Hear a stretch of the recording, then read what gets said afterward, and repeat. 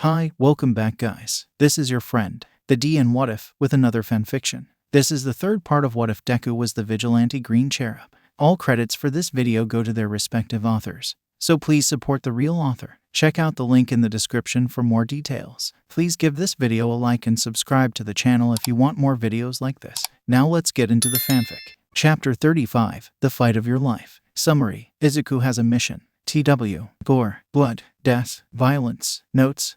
Chapter text. Izuku jolted awake from a nightmare. He looked around the rooftop for a threat but didn't find one. He wasn't going to sleep anytime soon. He decided to continue his current mission. Izuku was able to get a lot of information from being homeless. People did care if a homeless person was there for a private conversation because who are they going to tell? There are two problems. One, because of Izuku working at the library, he has been taking better care of himself, so now he doesn't look homeless. The second was that it wasn't enough information to do much with. His current mission was to see if he could get into the underworld so he could know more about drug deals and trade.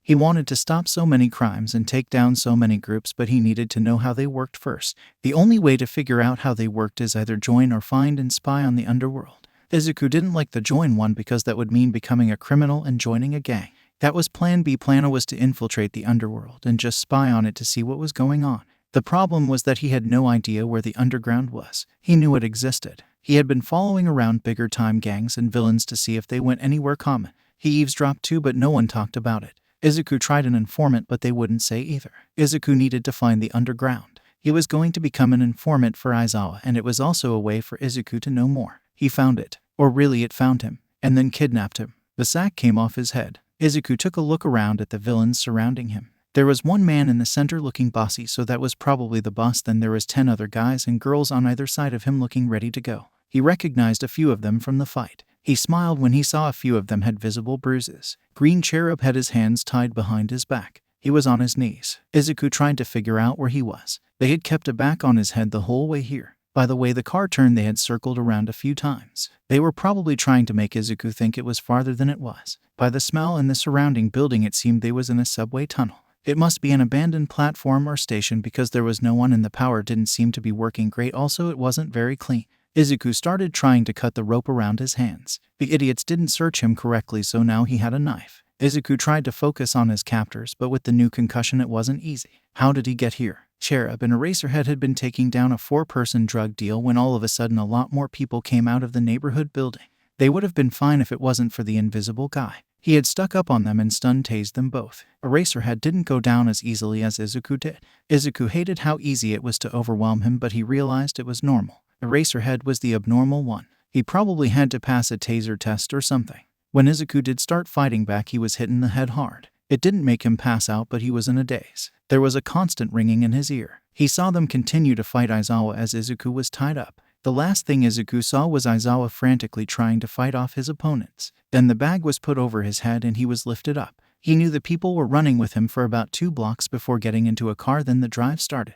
He hoped Eraserhead was okay. Cherub, we have a deal for you. The man Izuku had deducted as the leader said. Izuku didn't answer. He was having trouble coming up with a good response. You quit being a vigilante and start working with us. Izuku rolled his eyes. Really? Why would I join an idiot group of people? Because if you don't, we kill you. The man adjacent to the leader said. Okay, and everyone has to die at some point. Izuku didn't care. If you join us, any revenge you want, we can help you get it. You can kill people. I don't dislike anyone, so that is useless. Why would I spend the last 2 years saving people if I was randomly going to start killing them? That is a lot of hard work I would be undoing. We will pay you. I already get paid by you guys. Wait, what? How? This confused as captives. Izuku would have laughed, but that would hurt, so instead he answered the question. I take the money from the people I take down. Not like they all need it in prison. Huh, you are already a villain. You steal from others. I am also an illegal vigilante. I have technically been a villain for a few years now. While you are stupid. Izuku probably shouldn't have insulted the boss dude, but he didn't care. They were going to kill him anyway. You little brat, the boss said as he grabbed Izuku by his collar and pulled him up off his knees. During this, Izuku pushed the blade of the knife up his sleeve to conceal it. The boss man punched him across the face, dropping him at the same time so the force would take Izuku to the ground. Izuku hit his head and tried to get back up onto his knees, ignoring the ringing and pounding in his head.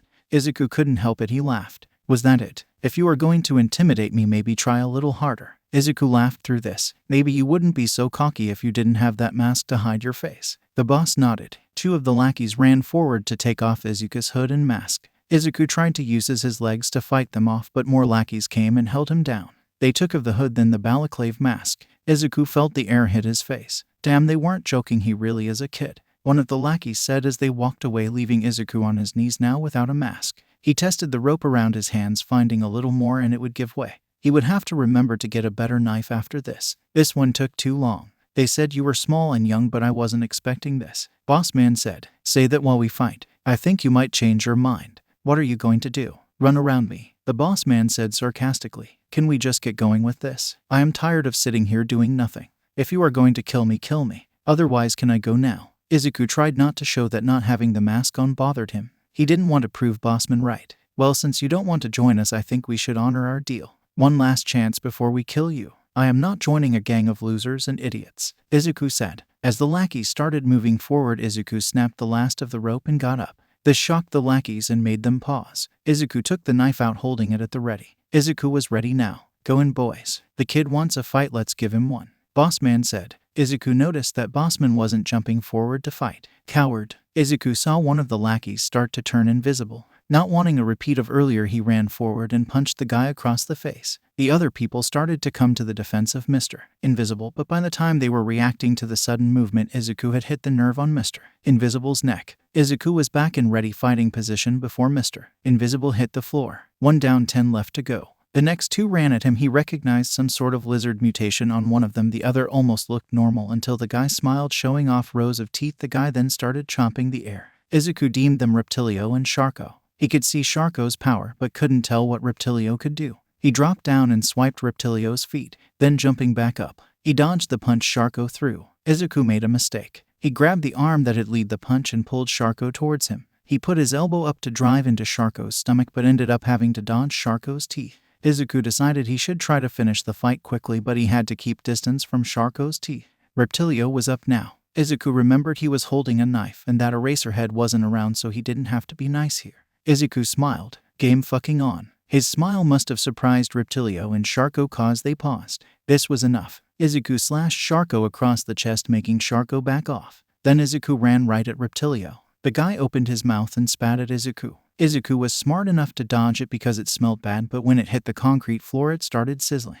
Okay, Reptilio had venom. That's nice to know. Izuku threw his knife at Reptilio. His hope was it would take Reptilio off the playing field, but Reptilio dodged it. It sailed past him and launched itself into another lackey. The only problem was now he was weaponless, and his plan wasn't to kill anyone on his way out. He is pretty sure the knife was pretty deep in the other guy. This distracted Izuku enough that he didn't see the acidic spit glob headed his way until it landed on his shoulder. A burning pain hit Izuku's brain, making him focus on the problem on hand. He couldn't give these guys the satisfaction of killing him. Fuck it, Izuku said before running directly at Reptilio. As scared as he was of the guy having venomous skin, he didn't care anymore. He did try to hit places with clothing. Their boxing match only lasted a bit, with Reptilio the loser slumping on the ground. Izuku's head was ringing and his shoulder hurt enough that he was pretty sure it was burning a hole through him. The pain was bothering him, but it was either deal with it and fight or give in to it and die. No one stops for a hurt kid. 3 down, 8 more to go. 3 more came forward. A woman with spiky hair like a porcupine. She had 2 feet long spiked mixed in with her hair, a man with stretchy limbs, and a guy with extra limbs and eyes. The guy even had fangs. He deemed them Crazy Hair, Hair Tie, and Legolas. A quick look at them told him to avoid Crazy Hair's hair. Watch out for sneaky stretchy limbs, and for Legolas he would have to avoid the fangs. Izuku decided the fight would be a bit easier if there were no sneaky limbs flying about, so he should try to take down Hair Tie first.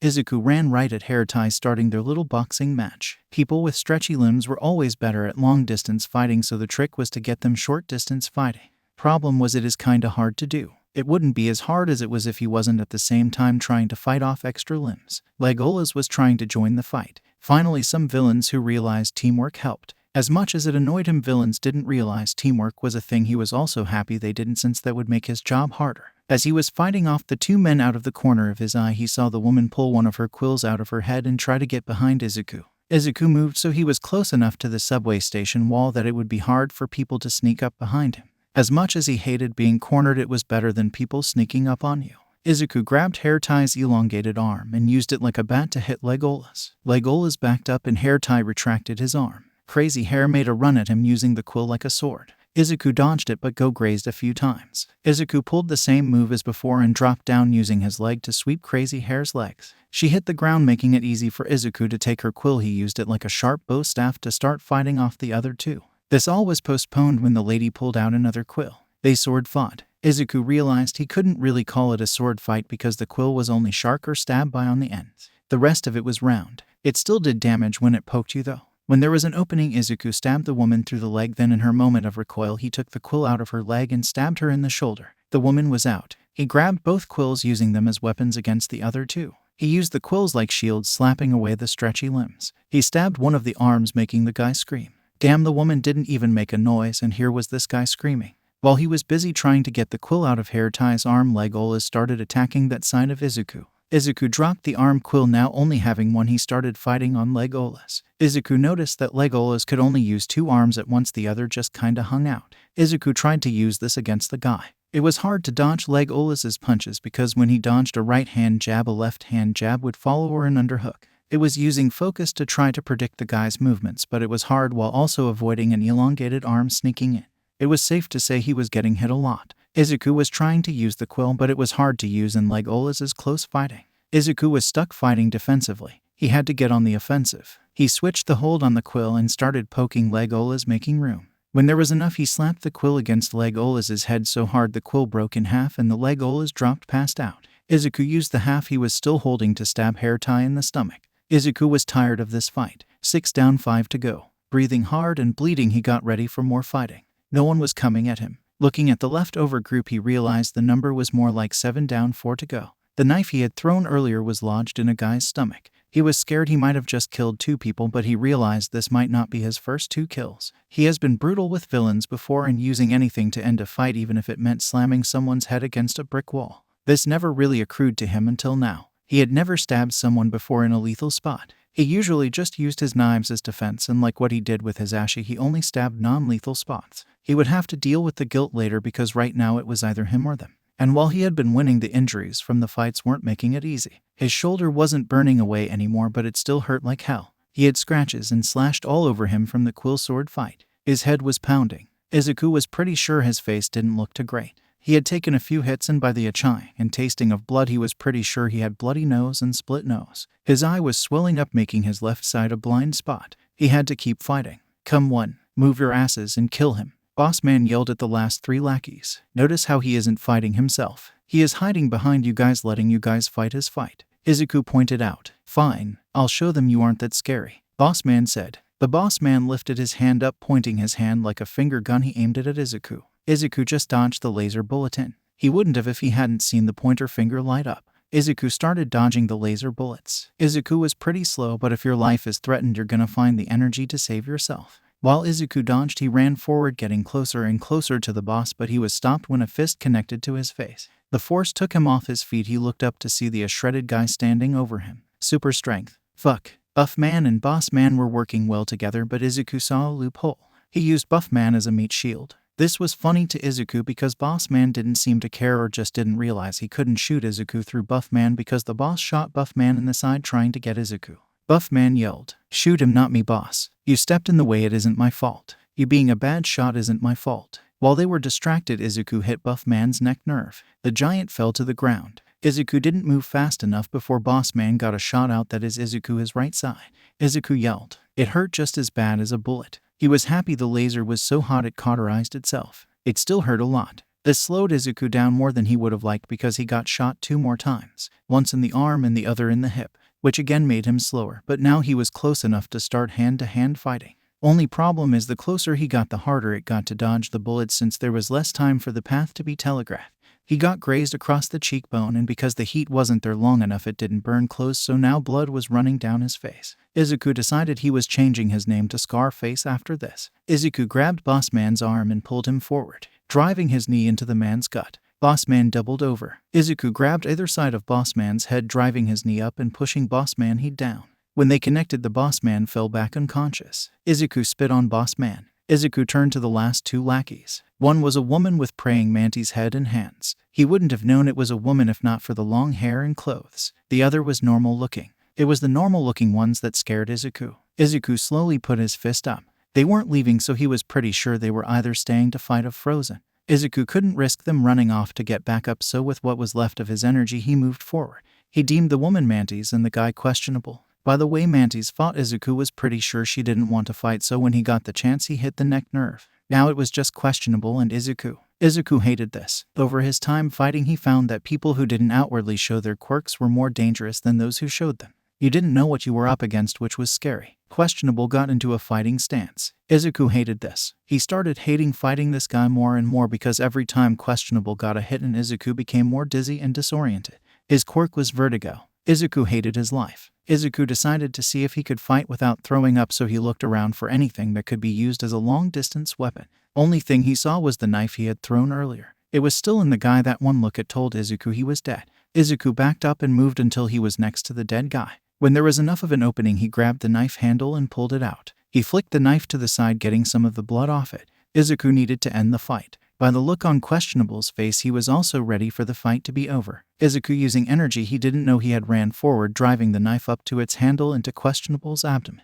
It wasn't too lethal since Izuku went for more fatty area, avoiding major organs. If Izuku could call Eraserhead for help soon, then it would be fine. Izuku grabbed Questionable by the head and hit it off the subway station wall. The man went down. Izuku staggered. He couldn't go out yet. He went for his phone to find it was gone. The villains probably threw it when they grabbed him. Izuku, despite his fight not to, he threw up. This ended up taking some of the dizziness away, so Izuku made himself throw up again. Now that the dizziness was manageable, he limped over to one of the villains and searched his pockets, not finding a phone. He searched the villains until he found a phone on Buff Man. He used Buff Man's thumb to unlock the phone. Izuku went to maps to see where he was. Once he figured it out, he dialed Aizawa's number. He had memorized it just in case. Izuku was so out of it he didn't realize Aizawa hadn't picked up for a bit. He redialed and called again. This time the call was accepted. Izuku hit speakerphone, then out the phone in his back pocket. He didn't want Aizawa to find out it was Izuku. He was stumbling around trying to get his gear and tying up the villains as he went.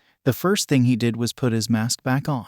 "Who is this?" a gruff voice said angrily. Had Aizawa not realized Cherub had been kidnapped? "It's me, Eraserhead, Cherub." Izuku added Cherub when he realized Aizawa probably wouldn't recognize his voice. "Kid, are you okay? Where are you?" "I am in the abandoned subway station under the condemned museum in the red light district. Bring some ambulances and some police cars. There are 11 villains. I am restraining them right now." Izuku had just finished tying up one of the last villains. As Izuku was crouched down on one knee counting the villains, he realized one was missing. Who was missing? He realized too late as pain erupted in his abdomen. He looked down to see a quill poking out of his stomach. Then the quill was gone, having been pulled out. He turned his head to see Crazy Hair standing there, bloody and angry. She wasn't there long because then she fell. Izuku was only able to face her before he ended up on his butt too. Izuku and Crazy Hair sat staring at each other. Izuku couldn't form a thought through the pain. "Fuck," was all that came out. Izuku grabbed the quill Crazy Hair had dropped. She grabbed the other end. It became a weak tug of war. She won. In one last moment of strength, Crazy Hair thrust the quill. Izuku, not having the strength or energy, had to just take it as the quill went in under his collarbone.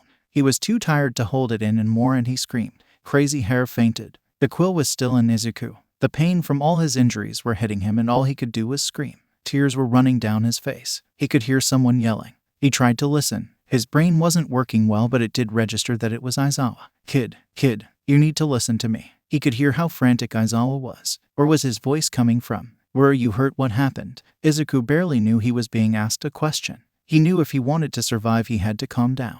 It was hard, but he made himself focus. It was a miracle he was still awake or alive. One of the villains weren't out. Stabbed through the abdomen and collarbone. "I was shot with laser bullets in the abdomen, hip and arm. I have a concussion." Izuku said this. He was curled up in a ball on the dirty floor. He could feel the warm blood puddle under him. He pulled the phone out of his back pocket, putting it out of the way of the blood. He was barely keeping himself present enough. "Okay, Cherub. Do you have your first aid stuff on you?" "Yes," Izuku weakly answered. "I am going to lead you through what to do. I need you to follow what I say. We are about 2 minutes away." "Hang on." Now that Aizawa said it, Izuku could hear the sirens in the background of the call. He was happy he put his mask back on. What a stupid thought. He was bleeding out and dying, and his only thought was he was happy his identity wasn't being shown. It was useless anyways. The second he was in the ambulance, they were going to take the mask off. How much of an idiot is he? "Kid, are you still there?" "Yes, sorry." Izuku had gotten distracted. "Okay, I need you to take your shirt off. This is so when we get there we can see the damage. Did whatever you were stabbed with go through your whole abdomen?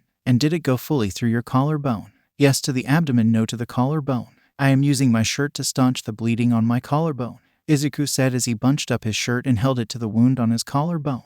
Kid, no. Use your shirt and put it under the where the quill went through, then use your hand to put pressure on the other side of the wound.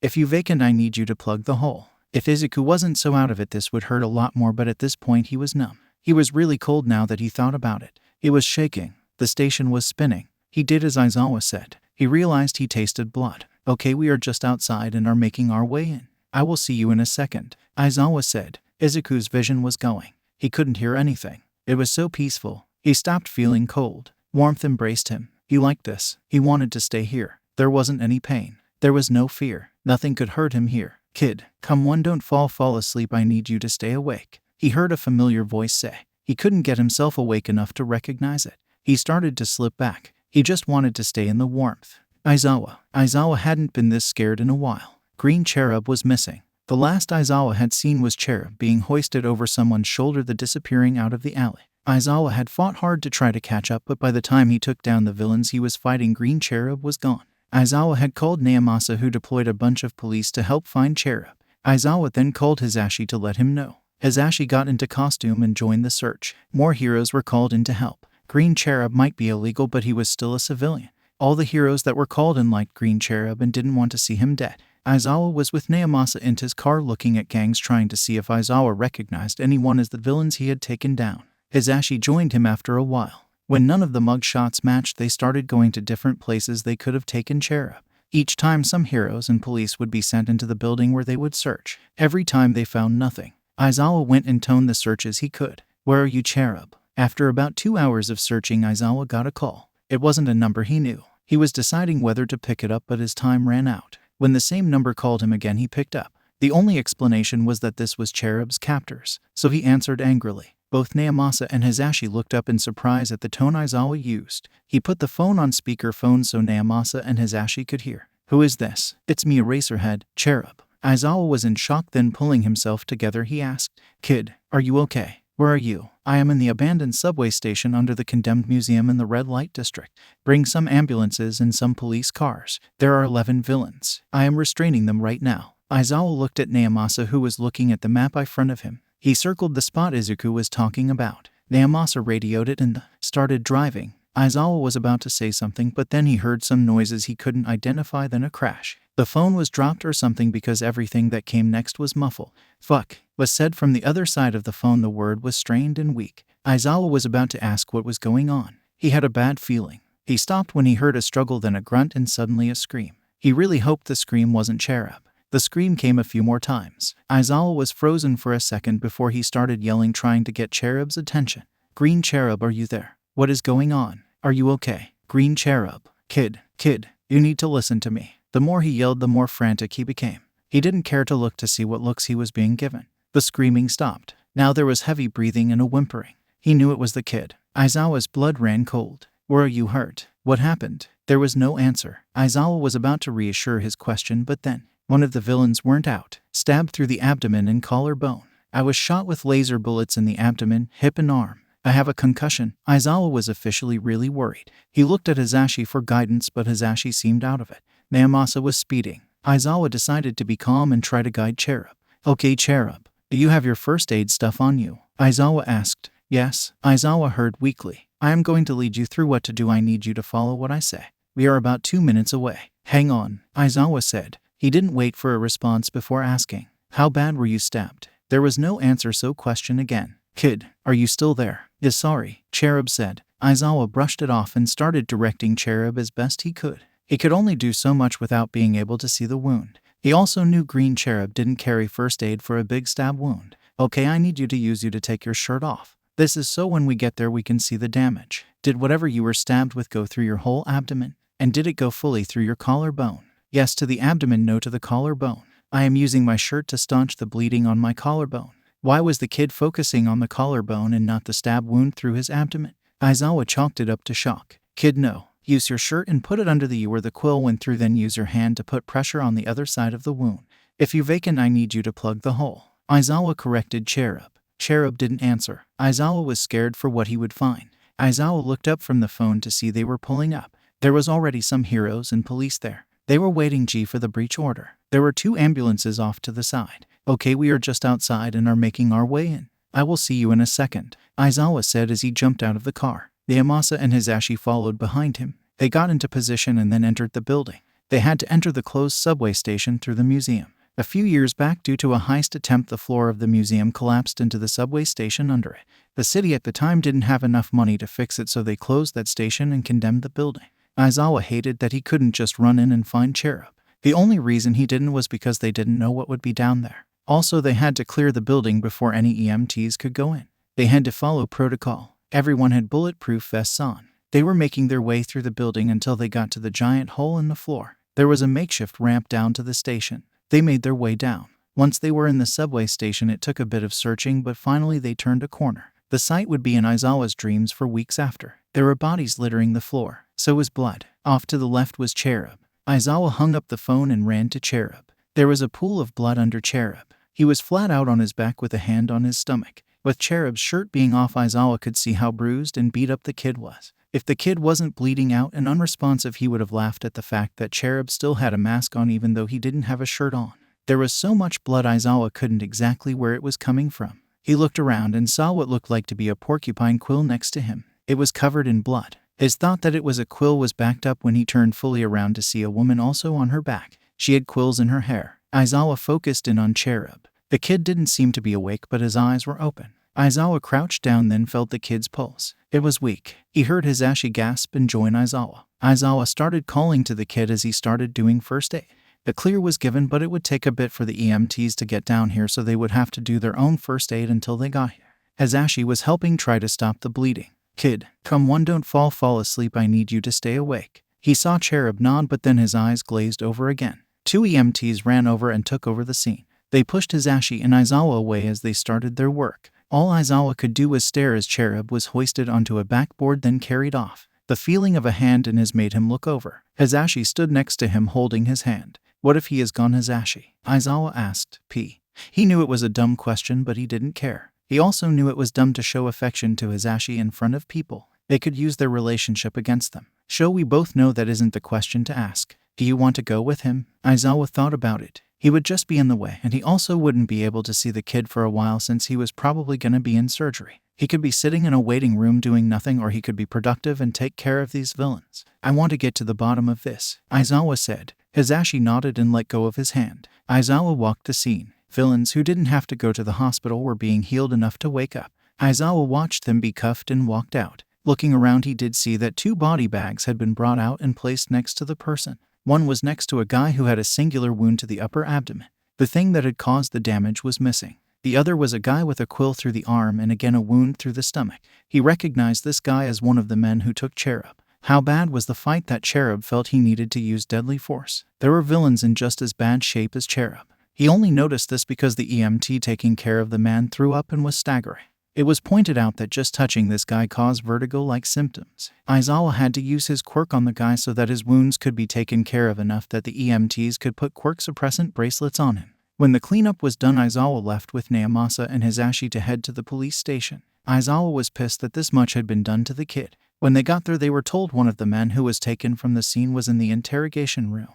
Naomasa and Aizawa headed in. They sat down across from the man. Hello, I am Detective Naomasa. I am Eraserhead will interrogating you. Before we start, I am required to inform you that lying is useless since my quirk tells me if someone lies or tells the truth. The man nodded, so Naomasa continued. What is your position in the group? I am the leader, the man said. Knowing Cherub, Aizawa had a feeling he had given him a different name. For some reason that Aizawa couldn't figure out, Cherub loved giving people nicknames. One time there was a villain that could control salt water. Cherub named him Saltwater Taffy. Okay, why did you kidnap Green Cherub? Aizawa was pulled out of his thoughts. Because the guy is a nuisance to business. We were also hoping he would join us so we could use him to make us more powerful. What did he do when you told him? He said no. Even when we told him it was either join us or be killed. What happened next? Well, we had tried to intimidate him, but he was being a brat, so we took his mask off. Found out he is a kid. I thought it was just a rumor, but nope, it's a kid. Anyway, he still wasn't going to join, so I followed through and sent my men after him. He fought them off. I ended up having to take things into my own hands. Aizawa didn't like the answer that was given.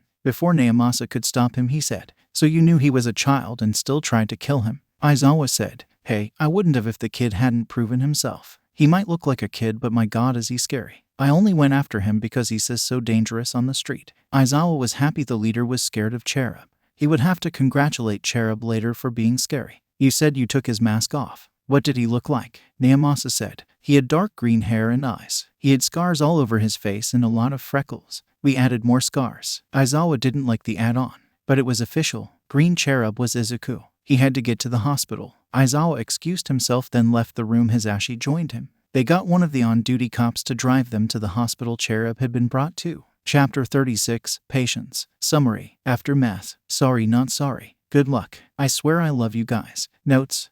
Chapter text. Aizawa and Hisashi had been sitting in the waiting room for 2 hours. Hitoshi had Nimuri to watch him so he wasn't alone.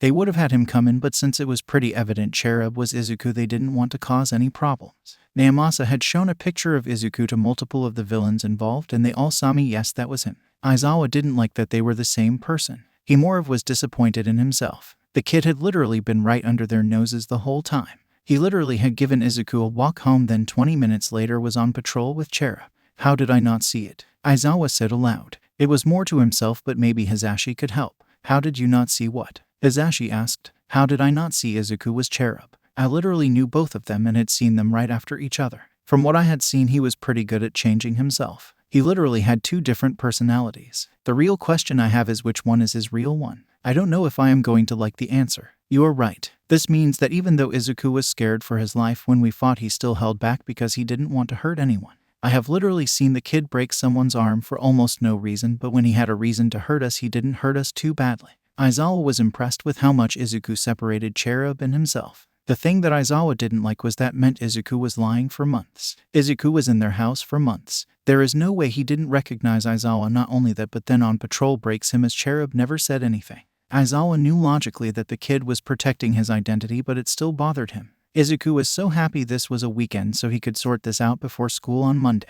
What do we do with him? Hisashi asked. I honestly don't know. Do you think he became friends with Hitoshi to get closer to you and to see where you were in the investigation? With the way they met, I don't think it was a plan of Izuku's. I think me being Hitoshi's dad was a bonus. Should we have him live with us until he is healed up? If we do that, then we have to tell Hitoshi. Also, we don't know how much healing the kid will need. He might be all set, Aizawa said, but one look at Hisashi told him the kid wasn't going to get out in one go. I think we talk to the doctor to see where Izuku is, then talk to Hitoshi depending on the answer. Hisashi said. Okay, that sounds good. After a while of silence. Are you going to stop him from being a vigilante? I don't think I can. No police officer will arrest Green Cherub. Also, it's not like he was technically doing much wrong. He doesn't have a quirk, so we can't charge him for public quirk use. Do you want him to stop doing vigilante work? I don't know. As much as I have never liked knowing the kid under the Cherub mask was in danger, I also knew he was a great hero. Now that I know it's Izuku, I think I might try to get him into UA. Show he doesn't have an education higher than a 6th grader. To be in UA, he would need a full education.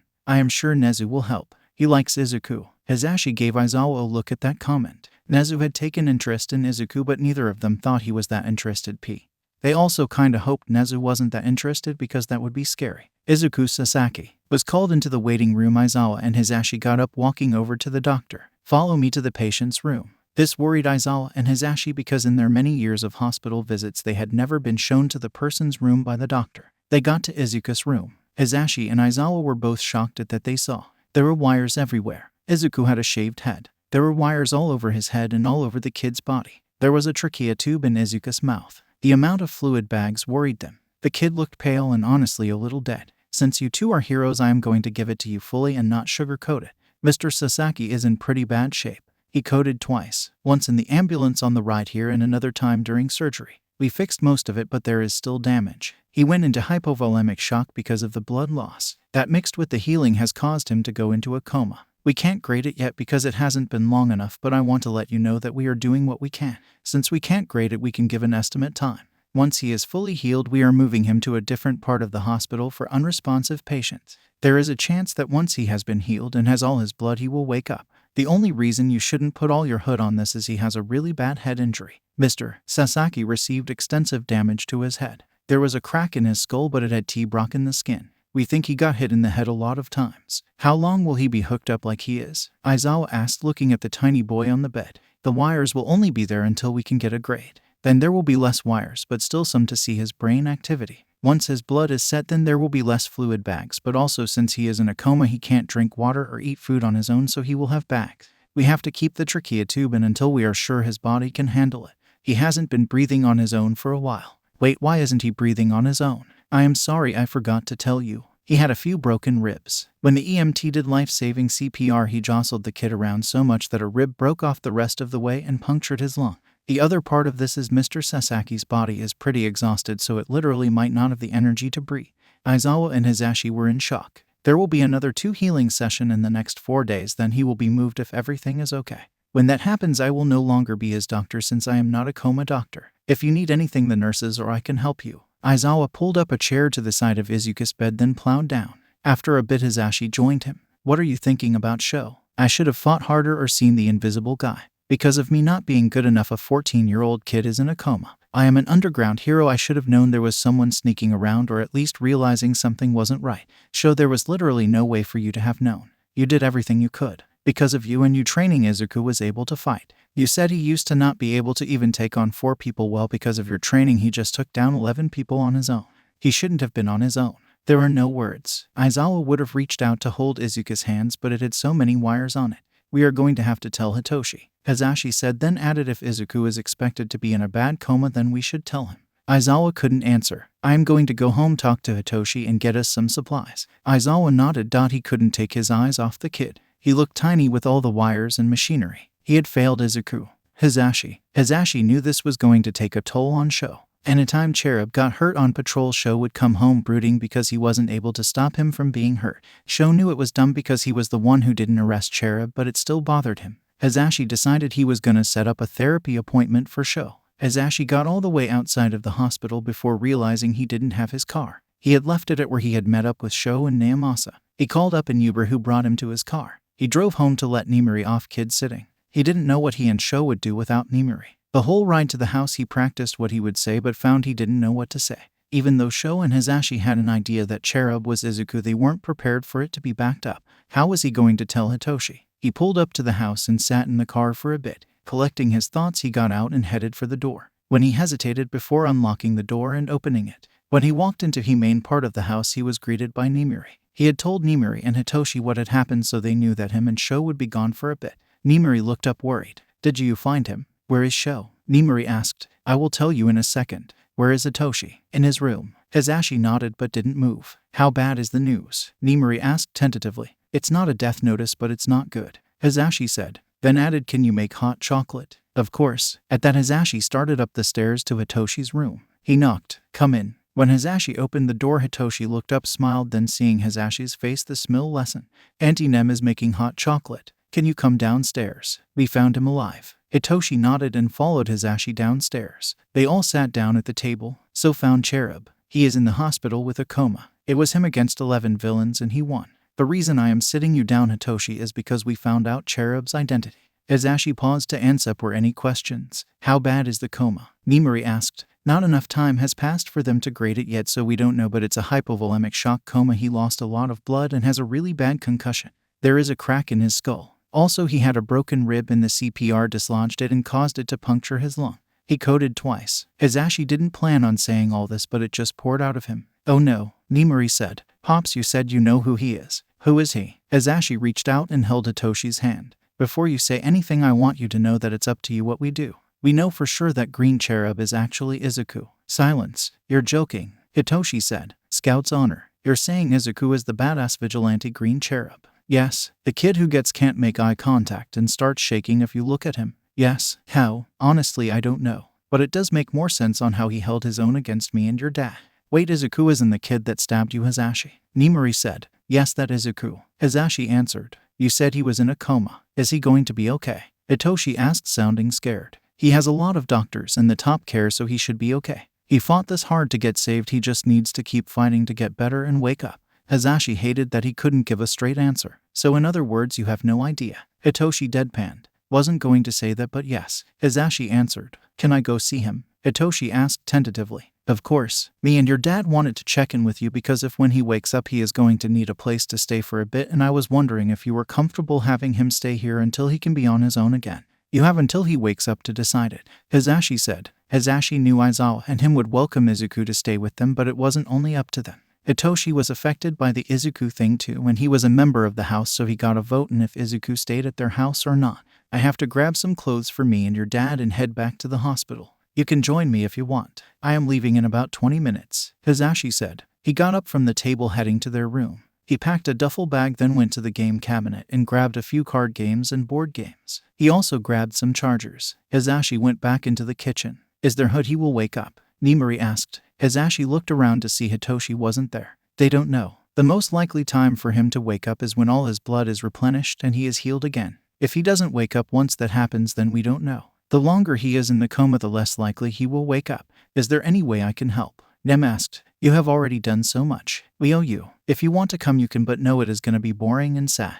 The kid doesn't look good and Aizawa isn't in a good mood. He blames himself. Nimari nodded at this. I will come for a bit to say hi and help you guys, then I am going home to sleep. Hisashi and Hitoshi got into their car and Nimari followed in her car. They got back to the hospital room. Aizawa hadn't moved. When the other two entered, he heard a gasp from Hitoshi. Nimari didn't seem too fazed. Sometimes Hisashi hated being a hero. He hated how numb to everything it had made him. He doesn't know if he could survive doing show's work though. While Hisashi saw and dealt with bad things, he still got to see the good in people when they thanked him or were just nice. Sho, on the other hand, only saw the bad part. He saw the worst parts of society. Everyone sat around Izuku's bed. Has the doctor been in again yet? Hisashi asked Sho. No, but a nurse had been in. Hisashi nodded. The mood was a little too somber for his taste, so he pulled out the first card game. They stayed in the hospital with Izuku until Sunday when they had to get ready for the week. The hospital had Aizawa and Hisashi numbers, being told to call them if Izuku woke up. Hisashi hated leaving him there alone, but they had to go to work. Sho was distant and grumpy. Hisashi tried to cheer him up, but there wasn't much he could do. Aizawa. He knew it wasn't a good idea to keep running through what happened in his head, but he couldn't stop doing it. He hated to admit it, but there was literally nothing he could have changed. He found out in a way that kept himself safe and didn't too badly hurt the villains. Aizawa also had no way of knowing where Cherub was going to be. He still couldn't think of Cherub and Izuku as the same person. It was one or the other. Aizawa walked into his homeroom. The 5 kids that were left sat at their desks ready to go. He had expelled the rest of them since they weren't up for the job. Someone must have warned them he was grumpy because they were being weirdly well behaved. Aizawa wasn't able to focus much on teaching because his mind was stuck on the kid. He had so many questions to ask and so many things to scold Izuku for, but he couldn't do anything until the kid woke up. Aizawa felt bad that he was so focused on Izuku. He felt bad for his students, but mostly his son. Aizawa did make sure to give Hitoshi his time and attention, but it has been less lately. Aizawa was gonna spoil Hitoshi when he got home. It had been a week and Izuku was fully healed, but he wasn't waking up. The doctor said his brain activity was okay and that he wasn't in too deep of a coma. They still didn't have an estimate of how long he would be out. They had to tell the library that Izuku got into an accident and was in a coma. They knew Izuku had made plenty of enemies as Cherub. They didn't need Cherub's identity to get out. Something that worried Aizawa and creeped him out a bit is Izuku would make noises like he was waking up or even move, but he never would wake up. One time he even opened his eyes but was still in a coma according to the brain scan. Aizawa was getting impatient. He had been visiting Izuku every other day after school. Hisashi and Hitoshi joined him. Hitoshi gave the okay for Izuku to stay with them once he woke up. Everything was all set up for this kid. All he had to do was wake up. 2 weeks the kid has been in a coma. Izuku still doesn't look great, but he looks better. There were a lot less wires and tubes. Now there was only 3 wires on Izuku's head tracking his brain. There was only an IV fluid bag drip going. Izuku was breathing on his own, so there wasn't a trachea tube anymore, but there was one of those nose things. Other than that, there was only a few things to track the kid's vitals. He was looking a lot less pale. Something that was nice was since Izuku was getting regular meals from the nurses, he was starting to gain some fat. Aizawa honestly had no idea how the kid kept as much muscle mass as he did. The kid needs to wake up soon. A month. The kid has officially been in a coma for a month. They visited him less now, only 2 times a week. Izuku's condition hasn't changed. Only different is now Izuku had grown his hair back from being shaved down. They had a room set up at the house for Izuku when he woke up. This was getting out of hand. He needed to wake up. Hitoshi was still coming to terms with the fact that not only is Izuku Green Cherub, but Izuku has been in a coma for a month. When his pops told him, he almost didn't believe it, but then he saw Izuku laying in that hospital bed. Hitoshi decided it was time to forgive Izuku. Izuku had gotten enough karma. He wanted Izuku to wake up. He wanted his friend back. He had missed him the past few months. As much as he was mad at him, Izuku was one of his first friends. One of the only people other than his dad's who accepted him and was nice to him. He didn't think he would ever get over the fact Izuku stabbed his dad, but he couldn't deal with it. He wanted to be friends again. Hitoshi knew he hated the hospital before, but he really hated it now. He went twice a week to visit. Izuku has been out for a month and a half now. Why won't he wake up? He fought so hard to survive only to stop fighting once he was healed. Hitoshi was gonna yell at him when he woke up. When Hitoshi visited, he told Izuku stories about the cats and stories about what was going on. One time when him and his dad showed up, there were new flowers that weren't from them on Izuku's bedside. They read the card to see it was from the library he worked at. They were replaced every week. Hitoshi ended up going to the library and talking to some of the employees. Hitoshi wanted to know how Izuku was doing before his dads found him. He met the head librarian Aki. She was the one bringing the flowers. He decided he liked Aki. After that, he started taking books out and reading them to Izuku. Izuku has been out for a month and 3 weeks. They got some good news from the doctor one day while they were visiting. So I didn't want to say anything before and get you guys excited, but looking at Izuku's brain scans, we are seeing more activity. There is a lot more when you guys visit. I think he is hearing you guys. The only problem is with him waking up more, we are seeing some other brain activity. If I had to guess, I would say he is dreaming. Are you saying he can hear us? Dad said. Yes, I think he can. This opens up some treatments for you. We couldn't do this before because he wasn't awake enough, but we have a person who can go into others' minds. With your permission, we can send her in to talk to him and see what is going on. The doctor said. If you think it would help. Pops said enthusiastically. Hitoshi couldn't help but smile. Izuku might wake up. This doesn't always work. He needs to allow my doctor to get into his mind. We also don't know what we will find. From the different levels, I think he is having nightmares. The doctor said. His dad gave the okay for them to do the dive. Okay, the doctor will be in tomorrow to do the dive. Hitoshi and his dad sat in Izuku's room. They watches as the woman got ready to do the dive. She had explained that she will look like she is asleep too. She said she couldn't really explain her quirk since it didn't make sense. They were told that no matter what they saw or heard, not to wake her up. Izuku's doctor was also in the room overseeing this. They did a countdown, then the woman, while holding Izuku's hand, slumped against his bed. Chapter 37, Crazy. I was crazy once. Summary. This one will be fun. Izuku needs therapy. This one is a pretty big trigger warning. Fair warning, Izuku will not be a great narrator this chapter. Trigger warning. Pain, phantom pain, blood, gore, death, self-hate, self-loathing, suicidal, a little insanity. Notes. Chapter text. Izuku didn't know where he was or what was going on. He would be swimming in darkness with no sound or light, then he could hear voices. He recognized the voices but couldn't name them. He was thankful for them cause it kept him from going insane. Randomly and without warning, he would be fighting people. He was in some sort of train station and was being attacked. How did Izuku know how to fight? It came naturally though. He knew he had to fight and win. There was a bad feeling that clouded his mind at the thought of losing. Currently he was in the never-ending darkness. There were voices but he couldn't make them out. He was too tired to. He curled up into a ball. All of a sudden he heard a woman's voice. Izuku, are you here? How did the woman know his name? Why, yeah, he answered. Hello, I am Dr. Hina Matsumoto. You can just call me Hina. I am here to check in on you. Izuku looked up. He saw a woman standing in front of him. She was smiling. Izuku wasn't. Where am I? You don't know what's happening. Mrs. Hina said, a weird look on her face. No, I am stuck here or I am fighting. How are you here? Hun, you are in a coma. I am here to see if you are conscious in your mind. I have a mind quirk. When Mrs. Hina said he was in a coma, everything came back. He had been fighting off the people trying to kill him. He got stabbed. How long have I been out? Izuku stood up so he was a bit more level with the doctor. 1 month and 3 weeks. You have been conscious like this for 2 weeks. We just wanted to make sure. Why am I still in a coma? We don't know. We were hoping by telling you what was going on you would wake up. I don't know why I am still here. I know Aizawa Shota found me. Is he okay? The Yamada Aizawa family has been watching over you. They are really worried about you. They have been here the whole time waiting. Why am I in a coma in the first place? You don't remember what happened. I do, but I just want to know why I am here medically. You went into hypovolemic shock. We didn't get enough blood to you in time. You are fully healed now. That's why I am here. How have you been? What has been happening in here? Can you elaborate on your questions? We know you have been conscious in here, so we want to know what's happening. Like, do you stay in this dark all the time? Can you hear the hospital room? I can hear voices but couldn't pinpoint them. I am not always here. Every now and then I have to fight. It's the same people and same fight every time.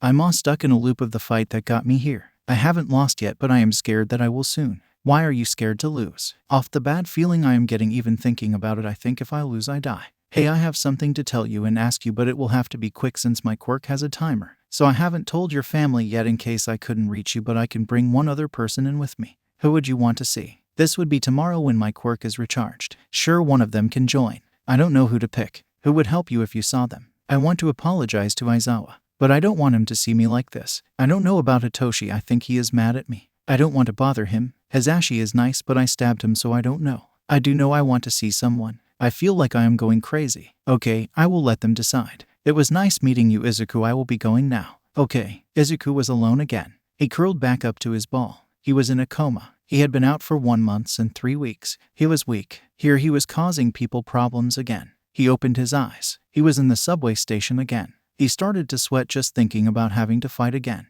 Now that he knew what was going on, it was easier to understand it. The weird part about this all is it was an exact copy of what happened. He felt the pain just like the first time. He was tired of fighting. He realized he could go off script. Izuku ran to where he thought the exit was, but he couldn't leave. He was stuck fighting. He was probably only able to go where he remembered. The fight always ended when he took down the last person, then he was back in the darkness. He changed his mind about the darkness. It wasn't comforting or nice, it was lonely and sad. He hated it, but he wasn't sure he wanted to wake up either. He wasn't being hurt here, he was being taken care of on the outside, so he would be fine. Leaving meant going back to the cruel outside life. It meant being homeless again. It meant not eating regularly and feeling hungry constantly. It meant being gross and grimy all the time. It meant dealing with the anxiety of talking to people. It meant dealing with the fact that he was Cherub and the fact that Aizawa now knew. He didn't know why he agreed to let one of that family to come in here. He was back in the station. Izuku was too tired. He took his knife and started stabbing everyone. He was done. It was satisfying to stab them.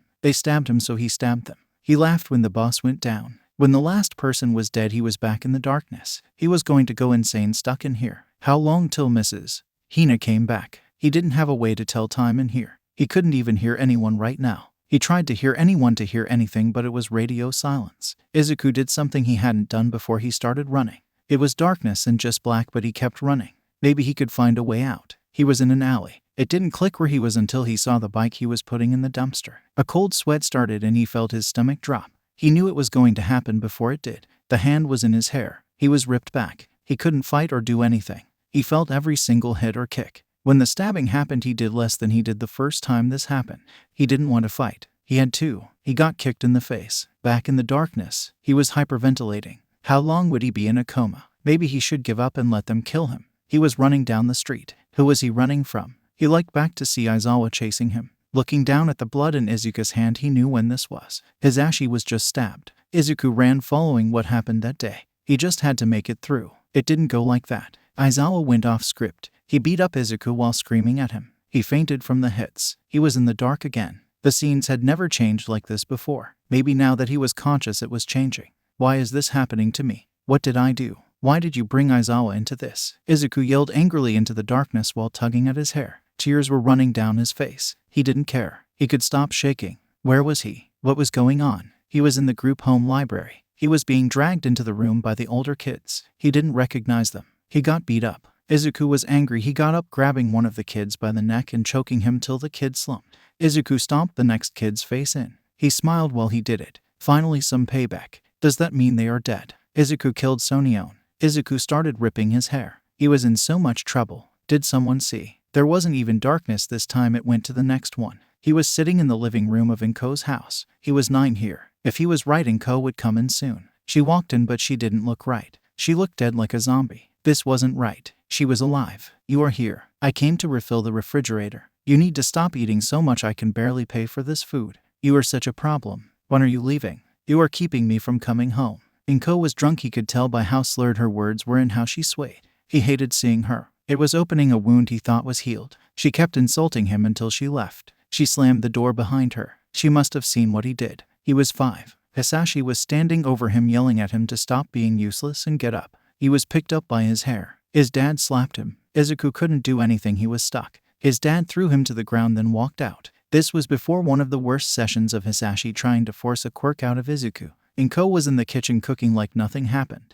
She cooked like her 6-year-old son wasn't crying on the floor of the living room. Hisashi came back into the room. He was smoking. My son will not be quirkless. A doctor I asked said you can gain one from stress. You will get a quirk. You will thank me later. Hisashi put the cigarette out on Izuku's arm. Kid, Izuku screamed. Hisashi grabbed him by the face, pulling Izuku close till their faces were inches away from each other. Izuku held in the face he wouldn't made at the smell of Hisashi breath. Dragons don't smell good. If I ever hear that sound out of you again, I will throw you out that window. Hisashi made him look at the window he was talking about. When Izuku looked back, he recoiled. It was Hisashi's body, but Hisashi's head on it, his blonde hair cascading around his face. Hisashi lit another cigarette, took a drag, then blew it into Izuku's face. When Izuku closed his eyes to protect them from the smoke, he was surprised to open them to find he was in an alley. Hisashi was in front of him. He would be normal if it wasn't for the 2 stab wounds, one in the stomach, the other in the rib cage. Hisashi had 2 bleeding wounds. Izuku ran forward to catch the falling Hisashi. "You did this to me, Izuku.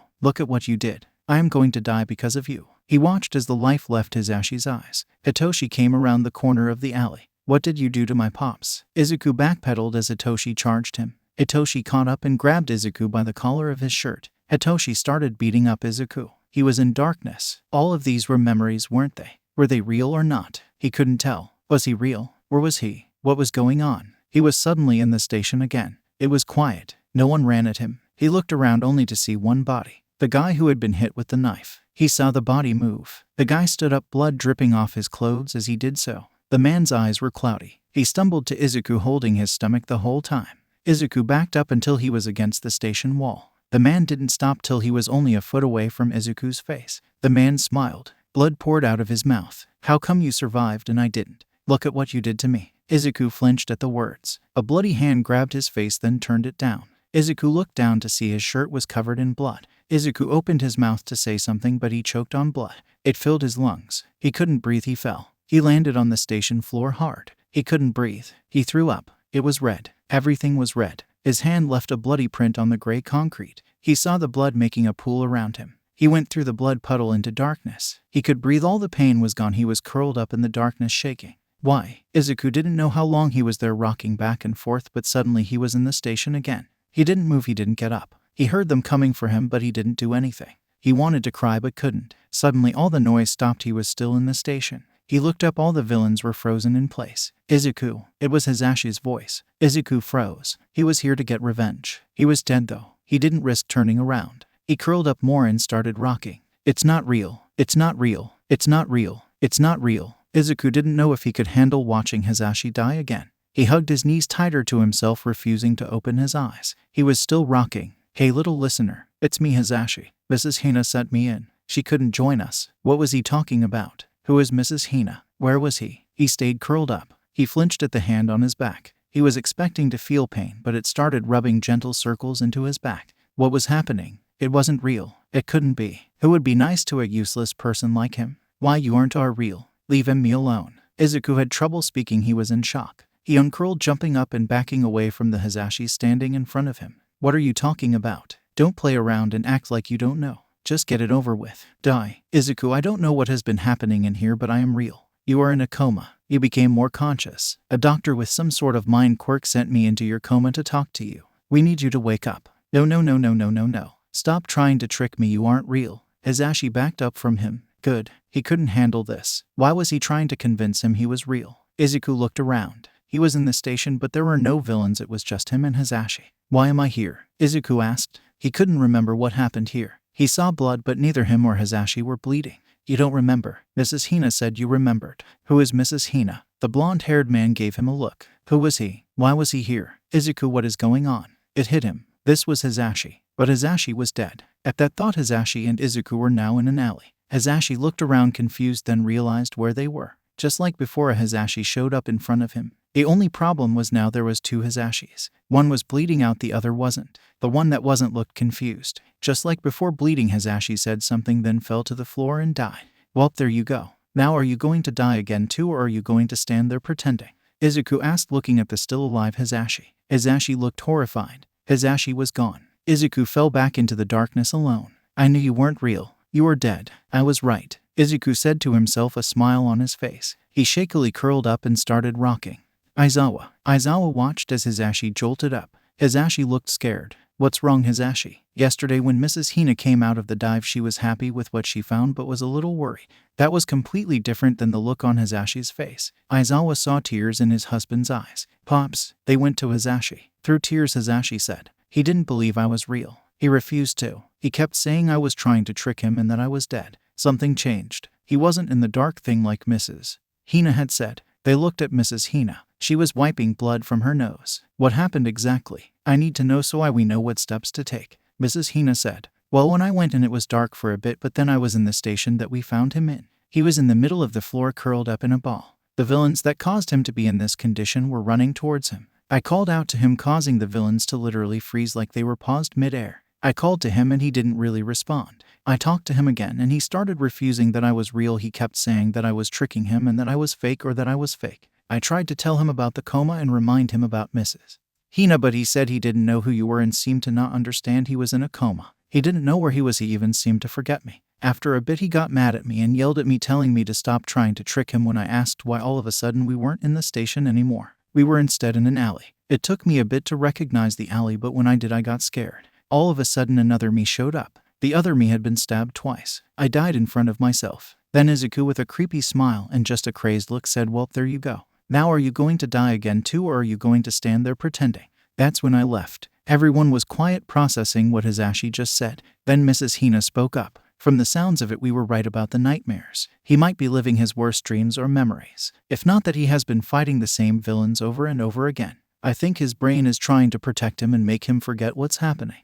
We need to get him out of the coma. If we don't, his brain, in a move to protect itself, will start removing memories so Izuku doesn't torture himself with them. Aizawa didn't know what to say. How do we do that? Get him out of the coma, I mean. I don't know, but I think it's a choice of his own. I don't think he wants to come back. And with what it sounds like, he is stuck with whatever is going on. They decided that Aizawa would go in tomorrow. Hisashi and Aizawa agreed not to let Hitoshi in for a while. Aizawa would be lying if he said he wasn't nervous. He was better prepared for whatever was going to happen than Hisashi was. Mrs.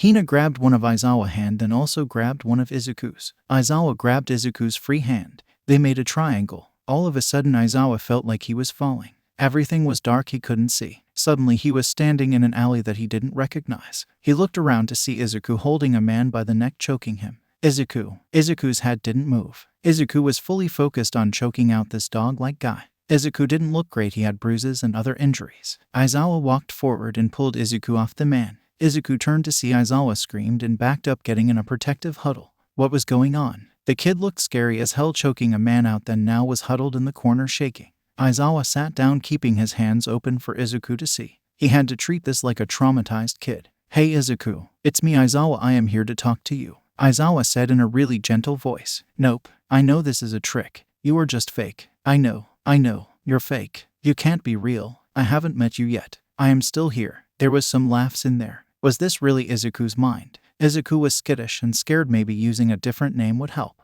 "Green Cherub, it's me Eraserhead." The kid didn't respond, but he did seem to calm down a bit. "Cherub, you are safe while I am here. I am protecting you." No, you weren't there. I was there. I am here and you aren't. You were out there. I am stuck in here alone. The last part was a whisper. Hearing the kid yell like this tugged at Aizawa's heart. What happened? Izuku was now curled into a ball, rocking back and forth. "Cherub, I promise I am real. Do you remember what happened and where you are? I know I am in a coma. I know what happened. But you aren't real. You can't be." Aizawa decided to change the subject. "When is this? What has been happening?" he said, pointing to the dead man. "That's one of the group home caretakers. He was teaching me a lesson." "Not anymore. I teach him one." It unsettled Aizawa to hear Izuku talk like this, almost little kid-like. It was weird to hear Izuku talk at all. "Can we take a walk?" Izuku looked at him suspiciously, looking at Izuku's face on scared Aizawa. The kid had eye bags and crazy eyes. He looked a little jittery. There was bruises and cuts all over his face. All of a sudden Aizawa felt like he was falling again.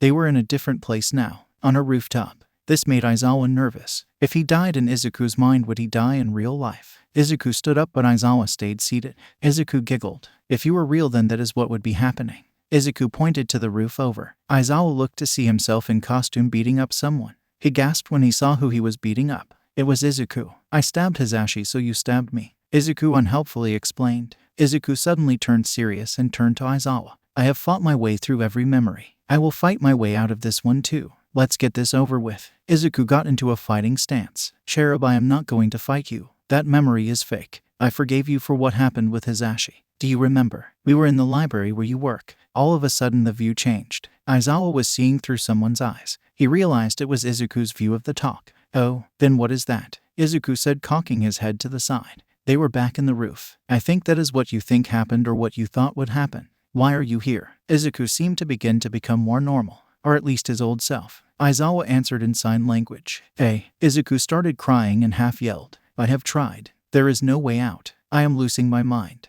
I am having moment where I remember everything, then I go back to not knowing. I don't even know for sure if you are real or not. I promise you I am real. Do you want to wake up? I don't know. As hard as it is being in here, it's better than going back to being hungry every day, to not having anywhere to go. How do I know you are real? Me and Hisashi are going to take care of you when you wake up. We have a room set up for you at the house. What about Hitoshi? He hates me. Izuku retreated into himself some. There was the Izuku he knew. Hitoshi said it was okay and that has forgiven you. You will have a place to go and be when you wake up. You're not mad at me. I lied to you about being Cherub. No kid, I am not mad at you. I have known for a while, just didn't want to admit it. Izuku started chewing his thumbnail, the other hand protecting his stomach. I will try to wake up, but we need to make a deal. What's the deal? You can't stop me from being Cherub. I need to be Cherub. It's all I have. If you work close with me, then fine.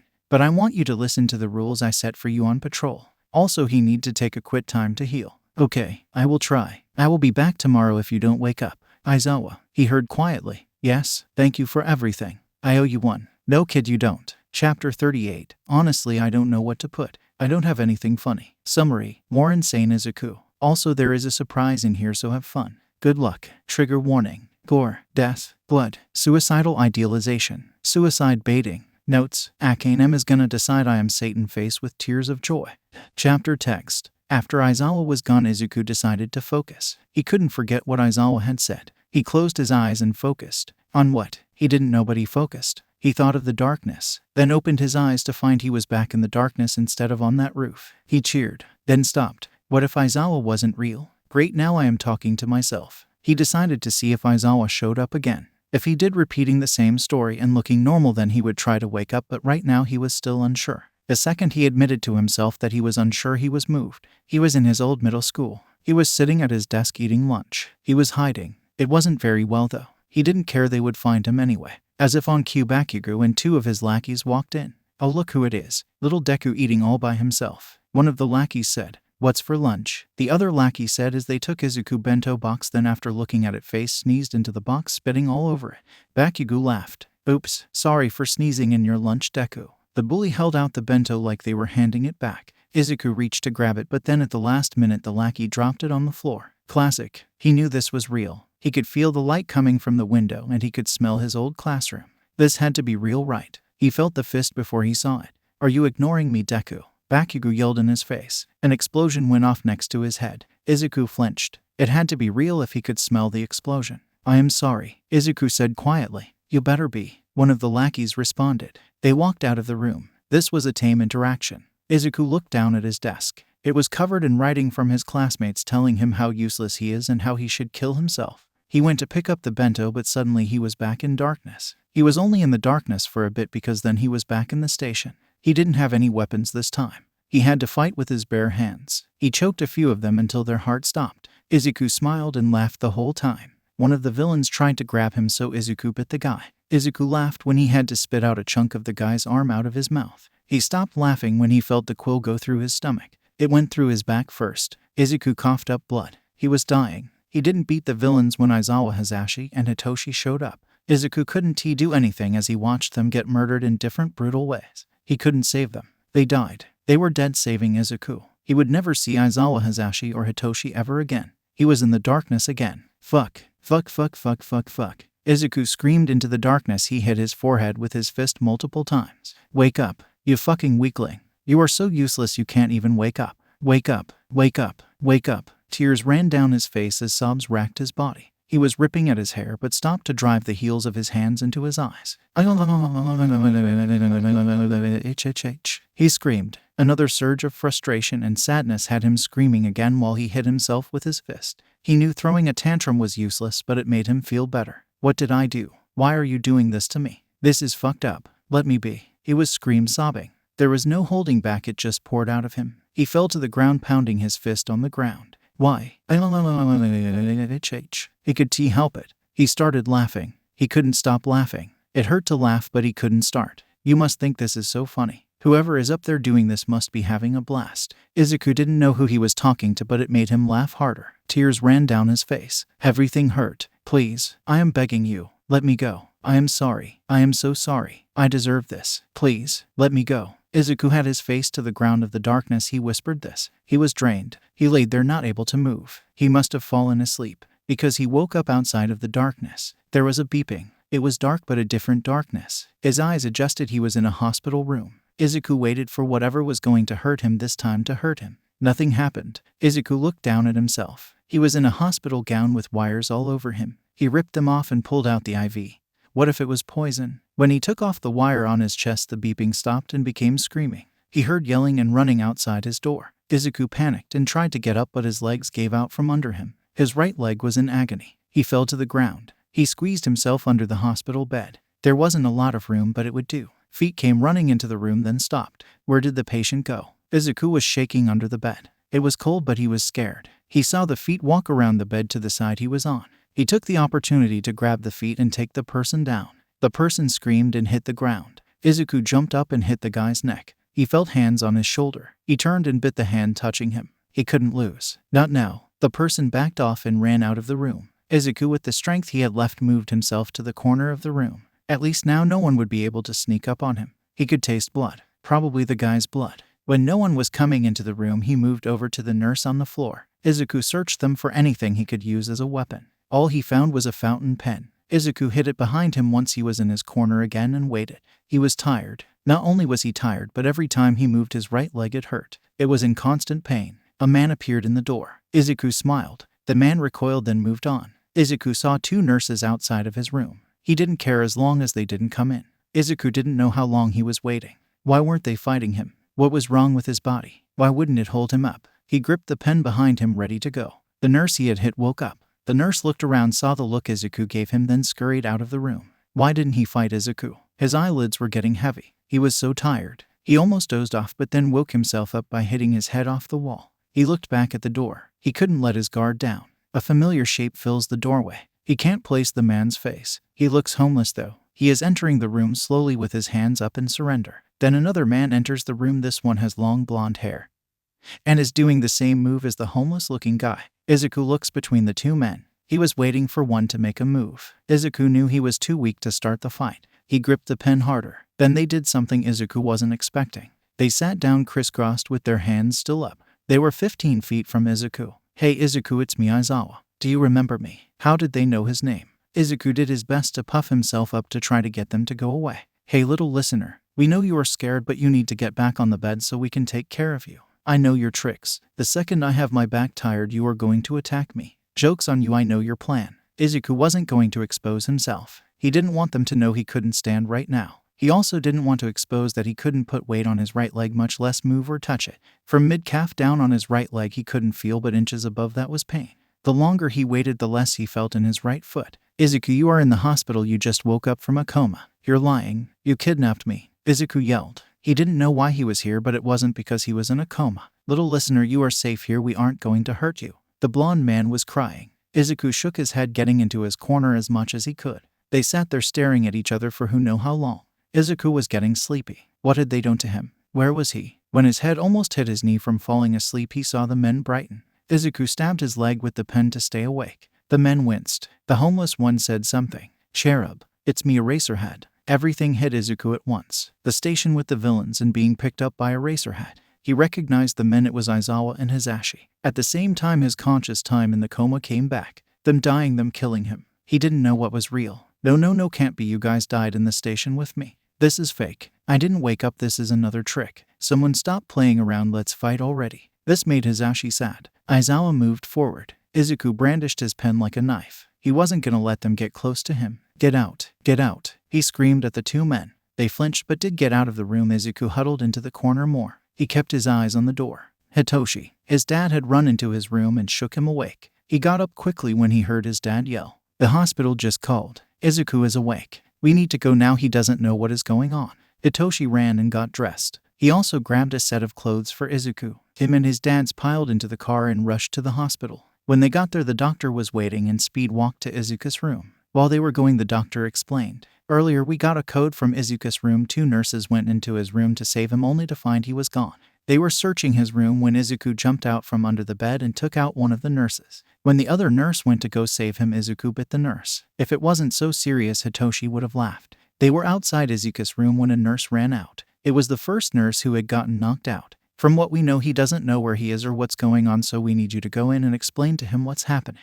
The doctor was talking to his dads. Hitoshi was told to wait outside of the room. He watched his dads go in. He couldn't see Izuku, but he couldn't see Pop's back. He flinched every time Izuku screamed or yelled. His dads were in there for 10 minutes. There was a long time that there was no talking. Then his dads came out of the room. Being called Cherub brought him back, but he still thinks he is in the coma, or he thinks we are ghost. I can't tell. I don't think we can get him to calm down. We do need to get in there though, because he is bleeding. His dad said. Hitoshi had an idea. What if I use my quirk so we can treat him and get him to listen? At this point, other than having a bunch of us sedate him, I think that's a good plan for now. His dad said. Before Hitoshi entered the room, his pop stopped him. Can you take off your sweater? He needs to see you aren't concealing anything. When you enter, don't get closer than 15 feet. Keep your hands up, palms towards him. Do not make any sudden movements. Hitoshi nodded. He took off his sweatshirt, then slowly walked into the room. He froze when he saw Izuku. Izuku looked like shit. It was one thing to see Izuku asleep, but right now was scary. Izuku was huddled into a corner. His eyes were wide and searching. He looks crazy. And by the way he was holding the pen in his hand, Hitoshi understood why he shouldn't get too close. Hey Izuku, do you recognize me? Hitoshi said this with his quirk active. After a bit of staring, Izuku went to talk. You are sup? He was under Hitoshi's control. Drop the pen. Let my dads get you onto the bed. The pen was dropped. His dads came in and picked up Izuku, putting him on the bed. A nurse came in and took care of the spots that were bleeding. From what his dads had said about being under Hitoshi's quirk, they could see and hear everything King on, but just couldn't control their actions, so Hitoshi explained what happened. 2.5 months ago, you fell into a coma after fighting for your life. After 1 month and 3 weeks, your subconscious woke up and we were able to talk to you. Then one night after my dad talked to you, you fell fully into a coma again. You have now woken up from said coma. You were asleep for 2 months and 2 weeks. We need to make sure you are okay. Me and my dads have been here waiting for you to wake up. No one is going to hurt you or touch you without your permission. I need you to stay on the bed and talk, please. Looking at his dad and the doctor, they both gave a nod, so Hitoshi dropped his control. I went for a blank look to a whole mix of them. Everyone braced for whatever happened, but instead Izuku just pulled his legs up and hugged them. He didn't talk or move. He rested his forehead on his knees, hiding his face. The extra nurses left, and so did everyone else except Hitoshi and his dads. Izuku, can we pull chairs up to the bed? There was a nod. They pulled chairs up to his bed. Izuku shrunk back a bit, so he was sitting on the pillow of the bed. Am I really awake? Don't lie to me, please. I can't handle it. Izuku's voice could barely be heard. His dad answered, Yes, Izuku, you are awake. They watched as Izuku's shoulders started shaking. He was crying. You guys died so many times in my nightmares. Everything was wonky. I am not sure what was a memory or a dream anymore. By the looks on his dad's faces, they didn't know how to answer or help. Hitoshi didn't know either. Can I hug you, Izuku? Hitoshi asked. Izuku shook his head. It was understandable. So Izuku, we have to talk to you about some things going forward, his dad said. Izuku didn't look up, just nodded his head so dad could continue. Since you were out for 2.5 months, your muscles are weak from not being used. You will have to do physical therapy. Your stomach won't be used to eating solid food for a while, so we are going to slowly reintroduce it. You do have to stay here for 2 nights for observation, then you come home with us. We don't know what the permanent effects of this is, so no vigilante work till you are in top conditions. Okay, what is the date? Izuku asked. December 2nd, Hitoshi said. When he said it, he realized that they had forgotten about that Christmas was coming up because they have been so worried about Izuku. Are you hungry? Apopas asked Izuku. Izuku shook his head. I think you should get some sleep. You were pretty tired when we came in earlier. Before you fall asleep though, you need to let the nurses come in and hook you back up to some of the machines. I don't want to sleep. What if I fall back into a coma? Izuku said. We will be right here, Izuku, guarding you. If you start going into a coma, we will wake you up, Pop said. Hitoshi knew that wasn't how it worked, but Izuku seemed too tired to realize that. Fine, please don't leave. Hitoshi hated how desperate Izuku sounded. We won't, kiddo, his dad said. They pressed the nurse button. A very nervous nurse peeked her head in. Izuku is willing to let you hook him up again. The nurse nodded and walked into the room. Izuku didn't uncurl from his ball. The nurse set everything up so it would be quick. Okay, Izuku, I need your arm so I can put the heart monitor finger clamp on your finger. Is this okay with you? Izuku nodded and gave the nurse his arm. The nurse did only what she said she would do. With a few more questions, Izuku was all set to go. The nurse brought in 2 cots for 2 people to sleep. Hitoshi's dad said he would stay up so everyone else could sleep. Hitoshi fell asleep quickly, knowing Izuku was awake and mostly okay. A bit later, everyone woke up to yelling. Izuku was awake, holding his leg. They called a nurse in. Hitoshi had to watch as his dads held Izuku down so the nurse could look at his leg. The nurses pulled the blanket off to reveal a black foot. and purple creeping up the calf. They got Izuku to calm down by putting him on pain meds. They called in a doctor. Izuku was going to lose the foot. They had to do surgeries soon. Apparently not having moved his legs caused the blood flow to slow, which can cause clots. When Izuku stood up and started moving, a clot that was already blocking most of the fine blood flow closed the blood flow. Since the clot had been building for a while, no one noticed it, but it also caused gangrene. They wouldn't know how much to take off until they got in there. Izuku was in agony. He hadn't thought the leg pain was a big deal. Apparently it was. Izuku was terrified. He was going to lose his leg. They didn't even know how much of it. He can't be a vigilante anymore. After the doctors left to get the room set up, Izuku turned to Aizawa. I can't be Cherub anymore, can I? I don't know, kid. I don't want to get your hopes up, but if it's below the knee, you might be able to still run. Technology is amazing these days. Don't worry too much. Aizawa's words were helping, but not too much. Izuku couldn't help the tears streaming down his face. The nurses came in and rolled him out to the OR. This was the first time Izuku had ever been awake going into the OR. They transferred him. He hated the feeling of going under. It felt like a coma. He started panicking, but it was too late. 1 week later, they had Izuku in an electric wheelchair until he had enough arm strength to work one on his own. He would be in wheelchairs for a while until his leg healed enough to get a prosthetic. They had to cut off 3/4 of his calf off. Izuku hated it. He knew he was lucky, but it still bothered him. What bothered him more, though, was how much Aizawa, Hasashi, and Hitoshi were coddling him. He had been at their house for 3 days now. He started physical therapy 2 days ago with a specialist. Izuku was lucky he had so much muscle when he went into Ifai's coma, so it wouldn't be way too long to get his muscle back. It would also work better now that he was getting 3 meals a day regularly. The Yamada Aizawa household was now wheelchair accessible. The cats loved sitting on Izuku's lap. The thing Izuku hated the most was how reliant he was on everyone. He didn't have enough strength yet to lift himself from laying to his wheelchair, or even enough strength to go to the bathroom. Also, the house didn't have any accessibility things in the bathroom. It was really awkward. Izuku felt bad how much a nuisance he was being. Aizawa had to move his office so Izuku could be on the first floor. They had to make and buy ramps for the steps into the house. And since they didn't have a car that could handle the wheelchair, they had a folded up one in the car. So if Izuku left the house, he would have to be pushed around. Talking about leaving the house. Today they were going to the library where Izuku worked today. Hi to everyone. It wasn't Izuku's idea, but he was thankful for Hasashi for saying it.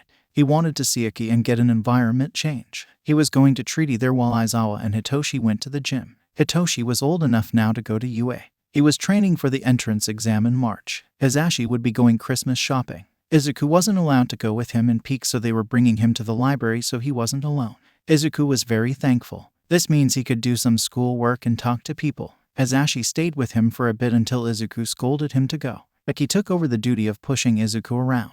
He talked to Iki while helping her shelve some books. They gossiped about what had happened since he was gone. Izuku loved library drama. Once they were caught up, Iki wheeled him over to the computers where Izuku did schoolwork. He gathered a personal email from Nezu welcoming him back. Apparently Nezu knew about the whole Kappa thing from Aizawa and Hasashi, since they had to request a few days off to get Izuku settled in. He was so invested in the schoolwork he didn't realize when Hasashi had come back. Izuku loved being able to use his brain like this again. He almost jumped out of his wheelchair when Hasashi tapped his shoulder. "You ready to go?" I don't mind at all. I am so happy you are returning to school. If you need any help with anything, don't be afraid to ask me or show. Izuku was trying to talk more, but he was having a hard time. Sometimes it literally felt like words couldn't come out of his mouth. He was talking more around the Yamada Aizawa family, but it was baby steps. He still signed a lot. He found that even when he did talk, he still signed out of habit. This made Hitoshi laugh when he did it. After saying bye and checking out the laptop, they left. Something that he felt bad for thinking was that Hasashi was weak. Hasashi was literal stick, but he had muscle to him. He easily could pick Izuku up and move him around. Izuku hated being this useless. He wouldn't be useless for a lot longer. Tomorrow he had his first prosthetic appointment. It would take 2 months to make and fit correctly, but that was okay because Izuku would have his arm strength back by then.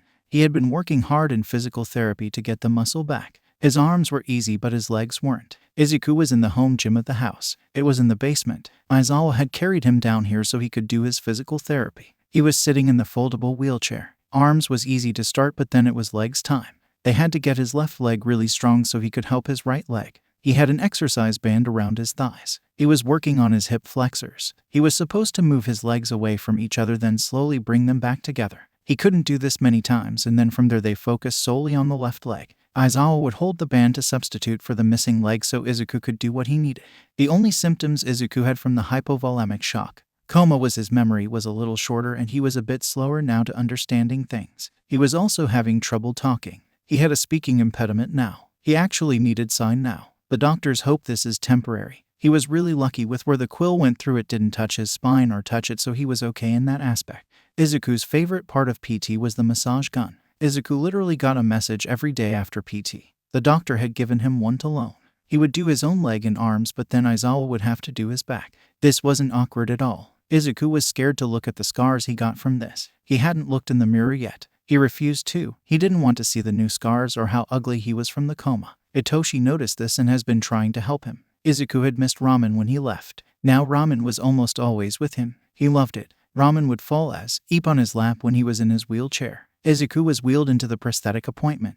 This was a consult of what he would need to continue his life like before and to make a mold of what was left of his calf. He was supposed to be calling it a stub, but he hated the name. The doctor said he would still be able to run with a running blade with the right training, but the first priority was to make a regular prosthetic. Izuku hated the feeling of the mold thingy. He literally had to put what he could of his leg into a mold substance and wait till it hardened, then take his leg out. Using this, they would make a sleeve and socket. Then they also took a mold of his left foot so they could shape the right foot to the left.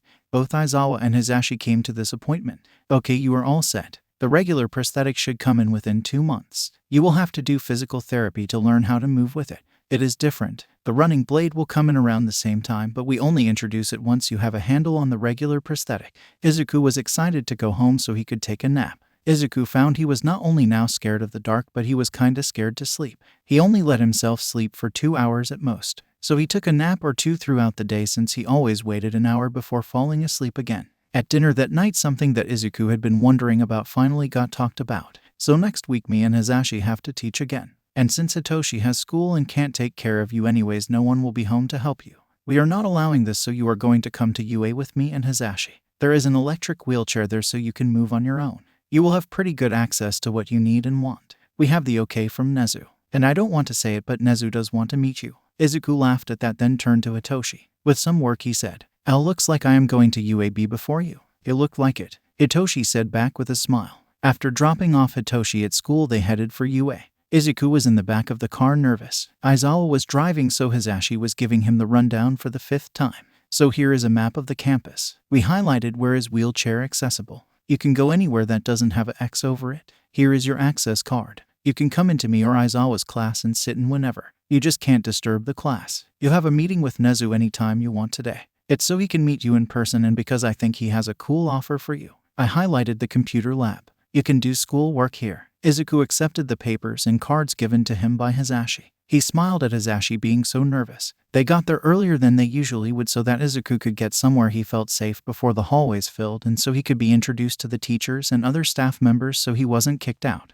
Izuku was honestly terrified. They parked the car. Hisashi and Aizawa got out. Aizawa opened Izuku's door after moving a wheelchair over to the door so it wouldn't be a quick transfer. Izuku handed Aizawa his bag with everything in it, and Aizawa put it on the back of the wheelchair, then picked Izuku up, placing him in the wheelchair. They got to the teacher's lounge. All the teachers greeted Aizawa, and Hisashi then looked confused at Izuku. "This is Izuku Sasaki. He is under our protection until he is okay. Nezu has sent an email out about not kicking him out. Izuku is allowed to be here and move about the campus. If any of you bother him, good luck, cause he will probably get you back and make you regret it," Aizawa said, short and sweet, straight to the point. Because of the accident that put Izuku in the wheelchair affected some of his brain, he has a speaking impediment. He uses mostly sign language. If you don't know it, let him know and he can write what he is saying down. Hisashi said, because of the enemies Izuku had made, they weren't telling anyone he was Cherub even though they were heroes. Everyone waved at Izuku. Izuku waved back. Then the bell rang, so all the teachers left. Hisashi showed Izuku where his and Aizawa desks were. Izuku put his bag on Aizawa's chair. When the hallways were clear, Izuku grabbed his keycard and the map. He quickly looked at it to see where Nezu's office was. He made the mistake of only looking at it while in the teacher's lounge, then leaving it there. He forgot that his memory wasn't working like it used to. Izuku found the elevator to the higher floor but forgot where to go after that. He was wondering, looking around, until a student with blonde hair and a bright smile bumped into him. "Oops, sorry about that," the kid said in a cheery voice. Izuku decided to ask him where the principal's office was. Hey, you are a student here, could you show me the way to Nezu's office? Yeah. While they were going, the kid started up a conversation. "So why are you here? I don't recognize you as one of the students. See, the people taking care of me work here and I am not allowed to be home alone."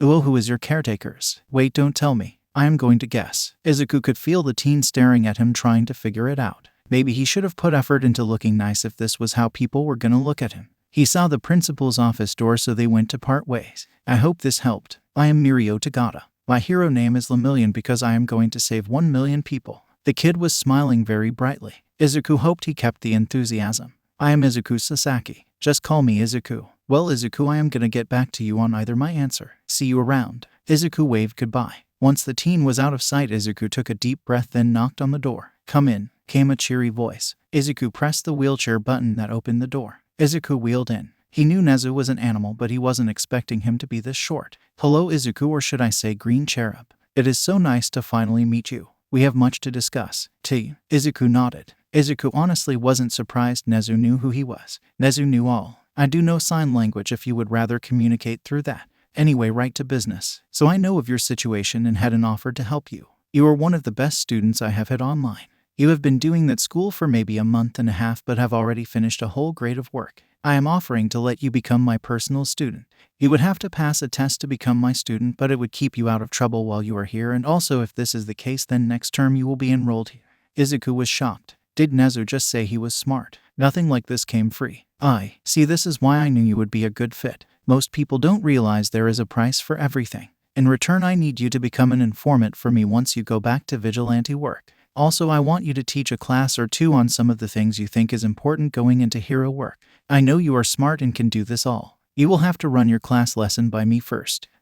You have different ideas than the heroes have. Also, you have advice that these heroes can never give or teach. None of my teachers have lived on the street, so they don't understand what it's like. You can teach kids that not all homeless people are bad and that you never really know what's going on. You have literally seen parts of the world that not a lot of people have. Good. Let's start this test. It will take you about 2 hours. It has 30 questions about different things. This will be a lot of the same questions you took in the online school, but most of the questions are more ethical things that I want to see where you stand on it. Izuku was handed a packet. He moved to a table to the side, and when Nezu gave the okay, he started the test. Izuku was nervous. He had been told he was dumb and stupid his whole life, but now he was being told he might be genius level. He didn't know how to feel, but he liked being thought of as smart, so he was going to do his best on his test. The questions were wacky, but he answered them. There was a mix of multiple choice and written answers. The last 2 questions were a 2-paragraph answer. When Izuku was done, he checked it over again and reread all the directions to make sure everything was set. He passed it back to Nezu. "You are all set. It will take me a second to grade this. Come back after lunch." Izuku left the room. He checked the schedule Hazashi had given him. It was a bell schedule, so he knew when the hallways would be full. It also was a list of where Hazashi and Aizawa should be. Izuku didn't want to bother them yet, so he headed back to the teacher's lounge. He sat up at Hazashi's desk and started working on his school work. Izuku was in the zone. He heard the door of the lounge open. He looked up and froze. There was a man with some type of dog quirk. Izuku got a flash of Agawa, but shook his head. It wasn't Mr. Agawa, it was Hound Dog. He hadn't been there for the initial introduction of Izuku. Izuku waved. Hound Dog nodded his head. When the end of lunch bell rang and the halls cleared out, Izuku went to Nezu's office. Once he was settled in front of the desk, Nezu jumped up onto his desk. "You did great. You did, Elder, a few questions wrong, but we will talk about that later. You passed, and whenever you want we can make a contract on what this partnership will look like. Until then you are free to go. Here is my email and phone number." Izuku was ecstatic. He couldn't wipe the smile off his face. He went to Hazashi's room to tell him. He froze outside the door of Hazashi's class. What if Hazashi got mad? What if he actually wasn't allowed to go in? Would he overstep? He didn't want to make Hazashi mad. He went back to the teacher's lounge. He was still really excited. "Aizawa, why do I feel like letting him come to UA will cause chaos?" Aizawa was nervous about the Nezu taking interest in Izuku. That duo would be unstoppable, they both being ruthless and not caring. If Nezu was taking an interest in Izuku, then Izuku had to be pretty smart. The thought of them teaming up sent a shiver down his spine. Chapter 39. Maybe being domestic is fun. Summary. Izuku's getting frustrated with life and some fun. I want to thank Natsusa Zoldyck for becoming my editor. If you think the chapter was nicer and had less spelling, grammar mistakes, please thank them in the comments and go check out their works. Notes. Chapter text. Aizawa was terrified. They were sitting at dinner when all of a sudden, Izuku told them all he had become Nezu's student. His worst fears had come true. He was going to demand that Nezu change his mind.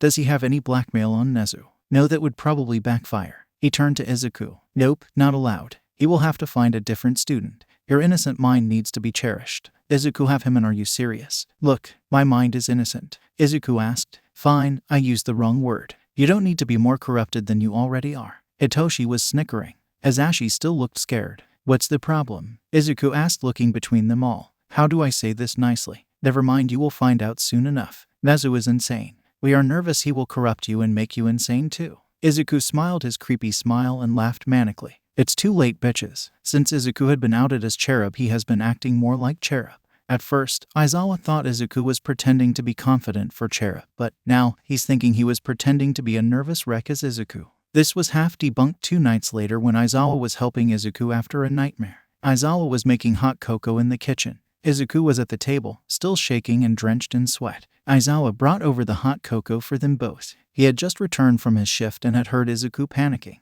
It was weird, Izuku never really seemed to panic other than when he was alone. Aizawa had knocked and entered when Izuku gave the okay. He walked in to see Izuku half curled up with a blanket wrapped around him. His pillows, along with the sheets, other than the one around him, were everywhere. Izuku gave him the wild look. Aizawa didn't walk any further into the room. He motioned to the light switch. Izuku nodded, so he turned the light on. Do you want to talk about it? Izuku didn't move. We could go to the kitchen and make hot cocoa. After a second, Izuku nodded. Aizawa hoisted Izuku into his wheelchair. They went out to the kitchen. Aizawa didn't talk until they were both at the table. Do you want to talk about it? Aizawa had been waiting to ask Izuku what had happened in the coma. He knew that there were nightmares, but he didn't know everything about them. He also didn't really know what the dark spot was. He was there with Izuku for a little bit, but most of the time they were in a scene. He didn't want to push Izuku since so much has been happening. But it was time to check in. This brings up some questions for me. You don't have to answer them. He waited for a nod from Izuku, then he went on. How long were you in this dark room or place? That's understandable. Do you think it would help to get a low light for your room? So, when you wake up you aren't in darkness. Izuku seemed surprised at the suggestion. My next question is about the nightmares. Do you think any of them caused some new triggers? After a while of silence, Aizawa asked another question. How are you doing? I can't even imagine being in your shoes. You just woke up from over a 2-month coma and then lost your foot. Aizawa waited. Izuku started tearing up. Aizawa thought he did something wrong, but then Izuku explained. Izuku was crying now. Aizawa hadn't seen him like this before. He looked so small and young all of a sudden. Aizawa felt shitty for how he had acted. He, Hazashi, and Hitoshi had all made a deal to try to act normal. Izuku probably thought they didn't care and that he just had to move on. He had to fix this and make it up to Izuku. Can I give you a hug? Izuku nodded. Aizawa wrapped his arms around the kid. After a while, Izuku pulled away and was laughing. He talked. You smell gross, Izuku said. A drunk did almost throw up on me and I have been running around and sweating. Aizawa said while he sat back in his chair, slouching. That's the only thing I didn't miss. The drunk people and the throw up. Talking about Cherub, I have a weird question. So, I have seen 2 sides of you. One side is really confident and a little insane while the other is reserved and really shy. I have been trying to figure out which one is really you and which one is an act. Honestly, I don't know. Depends on the day and the people. I did make myself more anxious when I was around you guys as Izuku. And I did make myself more confident and out there while in Cherub. I wanted to separate the two as much as possible. I am being more of myself now since I don't need to hide anymore. Talking about that, I know you can handle yourself and I know you are an amazing hero, but would you be willing to go into the hero course at UA? Like I said before, I don't care to go into the hero course. I have so much more freedom being a vigilante than being a hero. I mean, I don't have to follow any protocols or anything. True, but then you wouldn't be illegal. I know that. I don't know if I can be Cherub after this anyway, so what does it matter? Are you saying you're hanging up the mask? If I can't do what I was able to before, then yes. I want to do vigilante work, but I don't want to do it if I start getting hurt more because I can't protect myself the way I used to. That's smart. I thought you were going to be reckless and still be a vigilante. I was thinking about it, Izuku said with a smile. After a while of silence, Aizawa said, I think you should go to therapy. You have been through so much and it's not good to bottle it up and stuff it down. Says you, Izuku said with a smirk. I would like to let you know I go to therapy once a week. Aizawa defended himself. Anyway, as I was saying, I think you should go to therapy. It wouldn't be a normal therapist, it would be a hero therapist. There are therapists for just heroes. You have seen what we do. You have been a part of it. A normal therapist wouldn't know how to help. If it's only for heroes, how would I go? If I talked to them, they would agree to see you. Does this mean you are willing to go? I'm not sure. Can I think about it? Of course. By the way, everyone in this house goes to a therapist regularly. There is nothing wrong with it, Aizawa said. Izuku nodded. Random question. What does Nezu want you to do for him? Aizawa asked. It had been bothering him for a bit now. He wants me to go to school and get my education. He also wants me to teach a few lessons as Cherub at UA. If I am able to become a vigilante again, he wants me to become an informant. How are you supposed to keep your identity secret? If you are going to the school as a student, people will see you missing a limb and then see you in costume teaching with the same missing limb.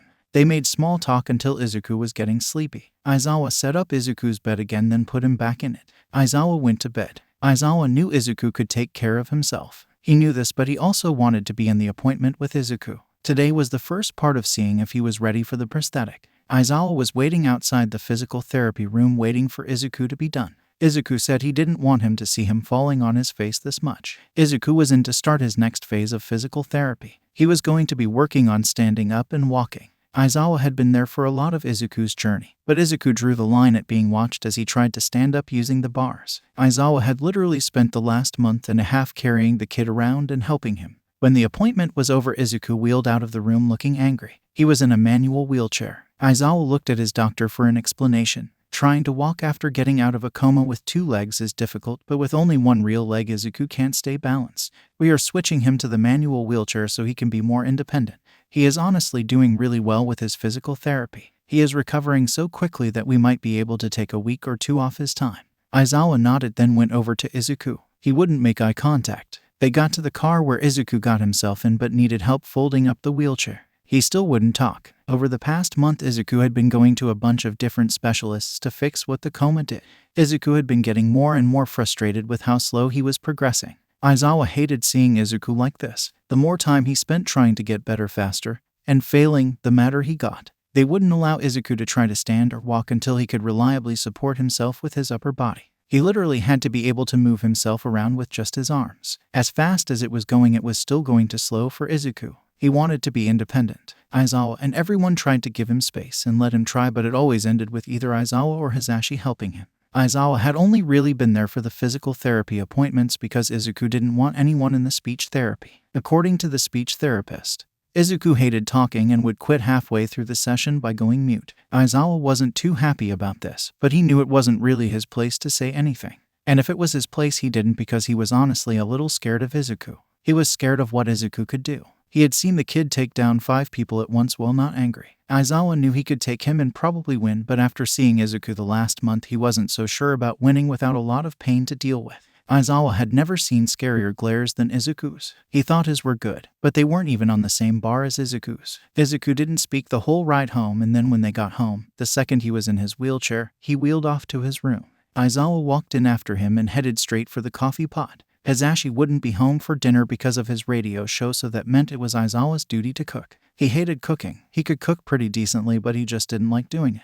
An idea popped into his head. He smiled and went up to Izuku's door. He paused before knocking. He was nervous suddenly. This was dumb. He was scared of a 14-year-old. Aizawa had literally gone up against hero killers and not been scared, but facing a teen he saw as his son. Terrifying. He couldn't let Izuku know he was nervous about him. When the door opened, Aizawa said what he had wanted to. "You like cooking, right?" Izuku nodded. "I really don't want to cook dinner. I think we have all the ingredients. Do you want to make your katsudon?" Izuku nodded, then wheeled past Aizawa heading to the kitchen. Aizawa watched as the kid got all the ingredients and started making the meal. Aizawa did need to help him every now and then to get ingredients that were out of his reach. When dinner was ready, they set up the table, then called Hitoshi down. When Hitoshi entered, he sighed in relief, then said, "I was scared since Pops is working." "Why were you scared?" Aizawa asked. "Dad, your cooking sucks. There is no flavor."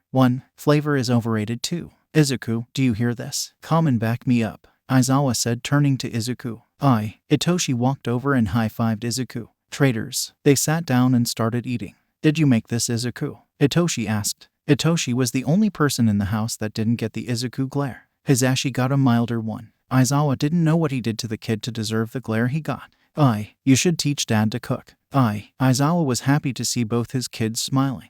They finished dinner and cleaned up. After some debate, they decided to watch a movie and wait for Hisashi. It was a good day. Izuku was tired of the waiting and trying to be patient. He knew they hadn't made the prosthetic yet, but it was still frustrating. What was more frustrating was he didn't have a lot to do. Nezu kept sending him schoolwork throughout the day so Izuku could catch up to his grade level. Other than that, he was bored. He went to UA with Aizawa and Hisashi, but there wasn't much to do. His favorite thing to do was rebuild his relationship with Hitoshi. They had been playing a lot of video games. Izuku was thinking of taking Hitoshi alley cat feeding, but he realized his wheelchair might scare the cats. Looks like another thing that would have to wait till he had prosthetics. Izuku roughly dragged his hand down his face and took a deep breath. What frustrated him the most about all of this was, usually when he is angry or frustrated, he could work out or run, but now he was told only to work out as much as they told him, and he didn't have a foot, so how could he run?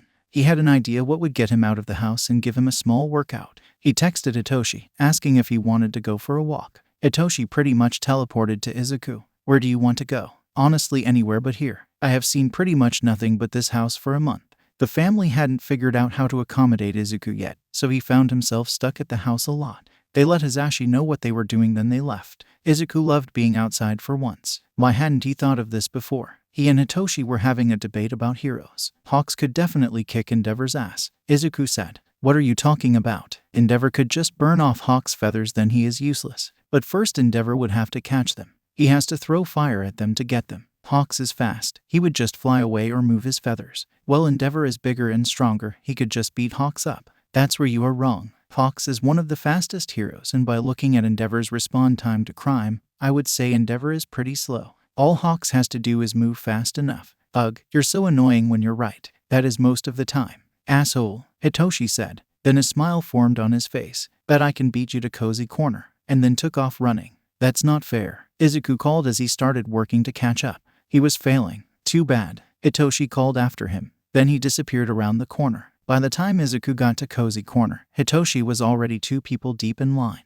Izuku grabbed their favorite table. It was the table Hitoshi first talked to Izuku. Hitoshi came back with drinks and a treat for both of them. You know it's considered rude to pick on disabled people, Izuku said with a smirk. Don't act like you couldn't take down everyone in this cafe, leg or no leg, Hitoshi said while laughing. Izuku smiled while he sipped his tea. I don't think I could. Do you realize how embarrassed I was when my dad said you were Cherub? I had talked to you so many times about how much I admired him. Izuku silently laughed. I was pretty embarrassed too. How did you keep a straight face? I honestly have no idea. I did almost break character a few times in front of your dad. When I saw your dad was Eraserhead, I almost shat my pants. I don't know how my dad didn't see you were Cherub. I don't know either. Is he helping you get into UA? He can't, because that would be unfair. So I have to get in like everybody else, and I also have to get the same points. Damn, do you think you can do it? I hope so. The problem is Dad isn't helping me as much as I would like. The staff haven't told him or Pops what the test is, so they don't help me. I can help you. Well, I can direct you. I could teach you some dirty tricks that your dad probably won't.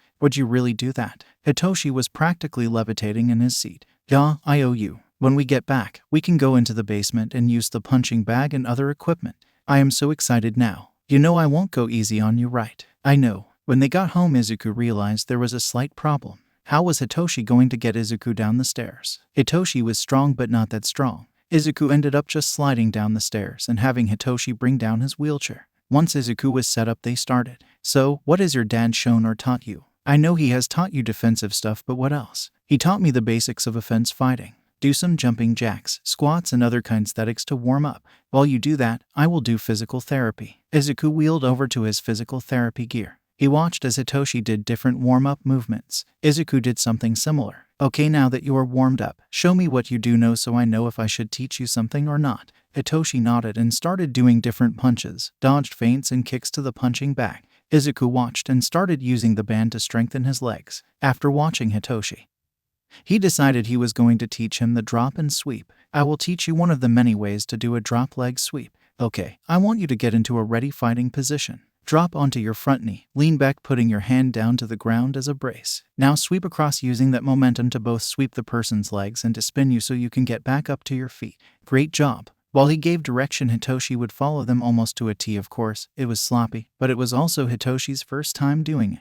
Izuku had him practice it until it was a smooth movement. Izuku was at the part of his physical therapy where he would usually need someone to help. He didn't ask for it. When he felt Hitoshi was ready to move on, he started the next thing. A lot of what I am going to teach you are things that breakdancing would honestly help with. I actually learned some breakdancing so I could flow better and move easier. They heard the basement door open. Hey, are you two down there? Hisashi yelled down the stairs. Because of how loud he was being, it was a safe bet he didn't have his hearing aids in, so Hitoshi met him on the stairs to wave.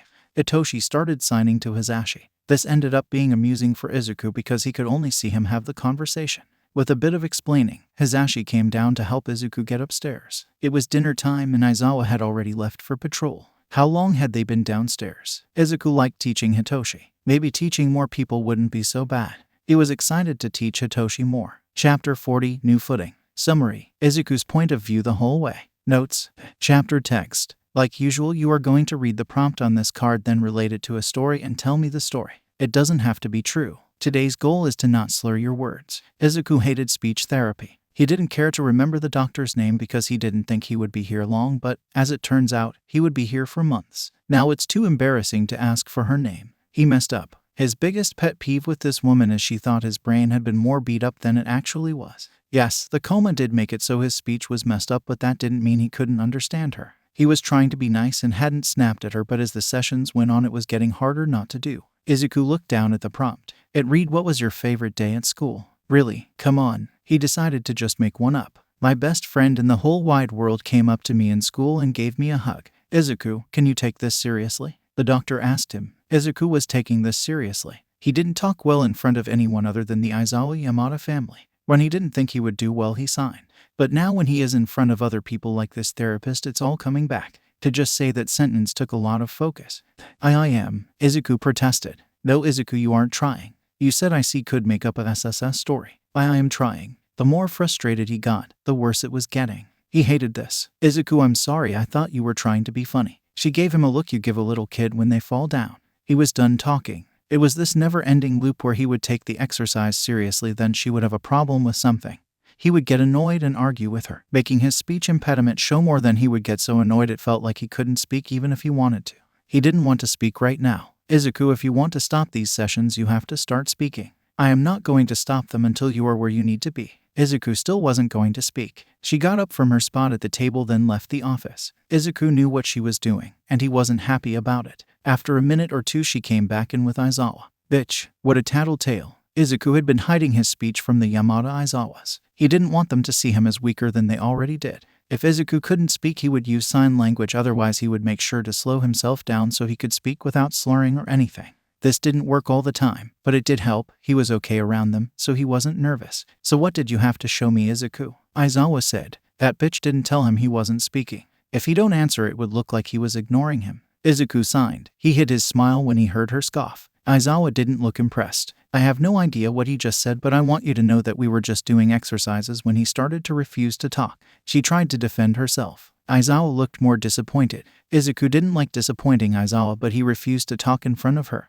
Izuku, she is trying to help you. She can only help you if you're talking. Izuku made a really thinking about it face, then smiled brightly. Izuku deadpanned. Kid, this is the only person in this area who can help you with your impediments. Stop being a problem child and do the exercises. If Aizawa hadn't been so nice to him the last 2 months, he would have been angrier. But he would really be an asshole if he was mad. He was hurt though. Izuku, then tell me the full story, Aizawa said, still not looking very impressed. Fine. First of all, you are a kid. Second of all, why not tell her you don't like it? Just cause you're mad doesn't mean you can just choose to go silent. Aizawa was lucky he was one of Izuku's favorite people. I am going to stay here, and I want you to do the things she tells you, Aizawa said while sitting down at the table. The bitch grabbed herself another chair and sat at the table too. She seemed happy. Izuku, I want you to continue the prompt from earlier, she said, pushing the prompt towards him more. Izuku didn't pick it up. He felt Aizawa's glare. If they wanted him to speak, then fine. I don't have a favorite day at school cause I was bullied and told to kill myself throughout my years there. Thank you for bringing that up. He wheeled himself out to the lobby of the office and waited. He knew Aizawa was going to be angry with him, but he didn't care. He knew he was being immature. He knew it was dumb to do that, but he was tired of the women's condescending tone. Aizawa was taking a while. He waited, then saw him come out of the hallway. Aizawa walked over and crouched in front of Izuku. Kid, I know you are having a tough time, but that does not mean you can be mean to those trying to help.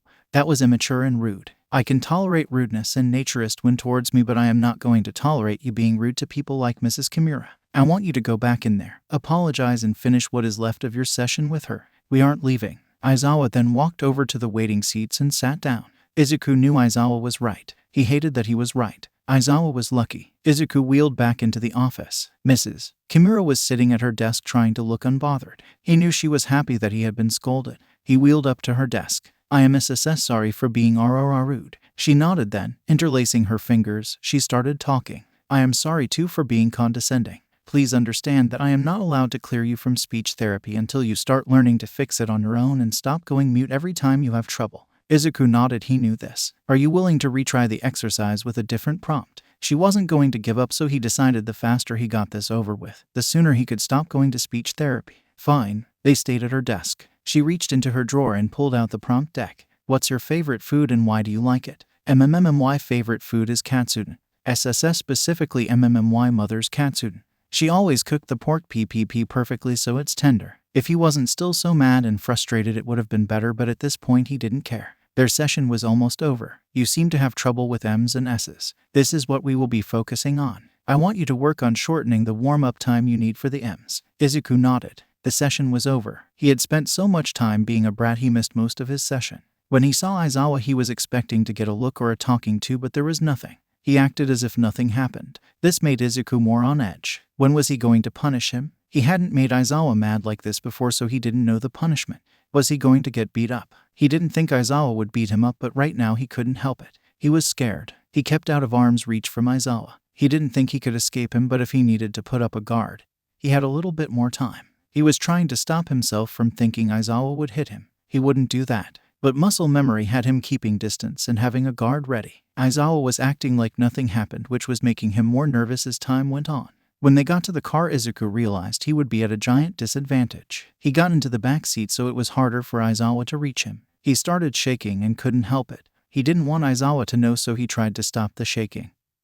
But it wasn't working. Maybe he would kick Izuku out for being a hassle. That made more sense. He was going to be kicked out. The whole car ride he was waiting for the car to pull over and he be told to get out, but it didn't happen. They got home without incident. When Aizawa came around to help Izuku out, Izuku almost refused. If he was lifting himself out of the car and onto the chair, then he couldn't guard himself. He had to act normally. He got himself into the chair, and the second he could, he got a few feet behind Aizawa. Aizawa didn't seem to notice any of this. He hated thinking this way, but he had to protect himself. He had to be ready for it. He never knew with people, never knew what they were capable of. He thought his mom would never leave him. Look where he is now. Trusting others meant getting hurt. He found it was a lot easier not to expect anything from anyone, but also to not trust them. It was a lot less painful that way. The only problem is, he trusts Aizawa. He trusts Hisashi. He trusts Satoshi. He trusts them more than he has trusted anyone in a while, but he still didn't trust them enough to expect them to not kick him out. It was his mother's job to take care of him, and she kicked him out, so what would stop them from doing the same?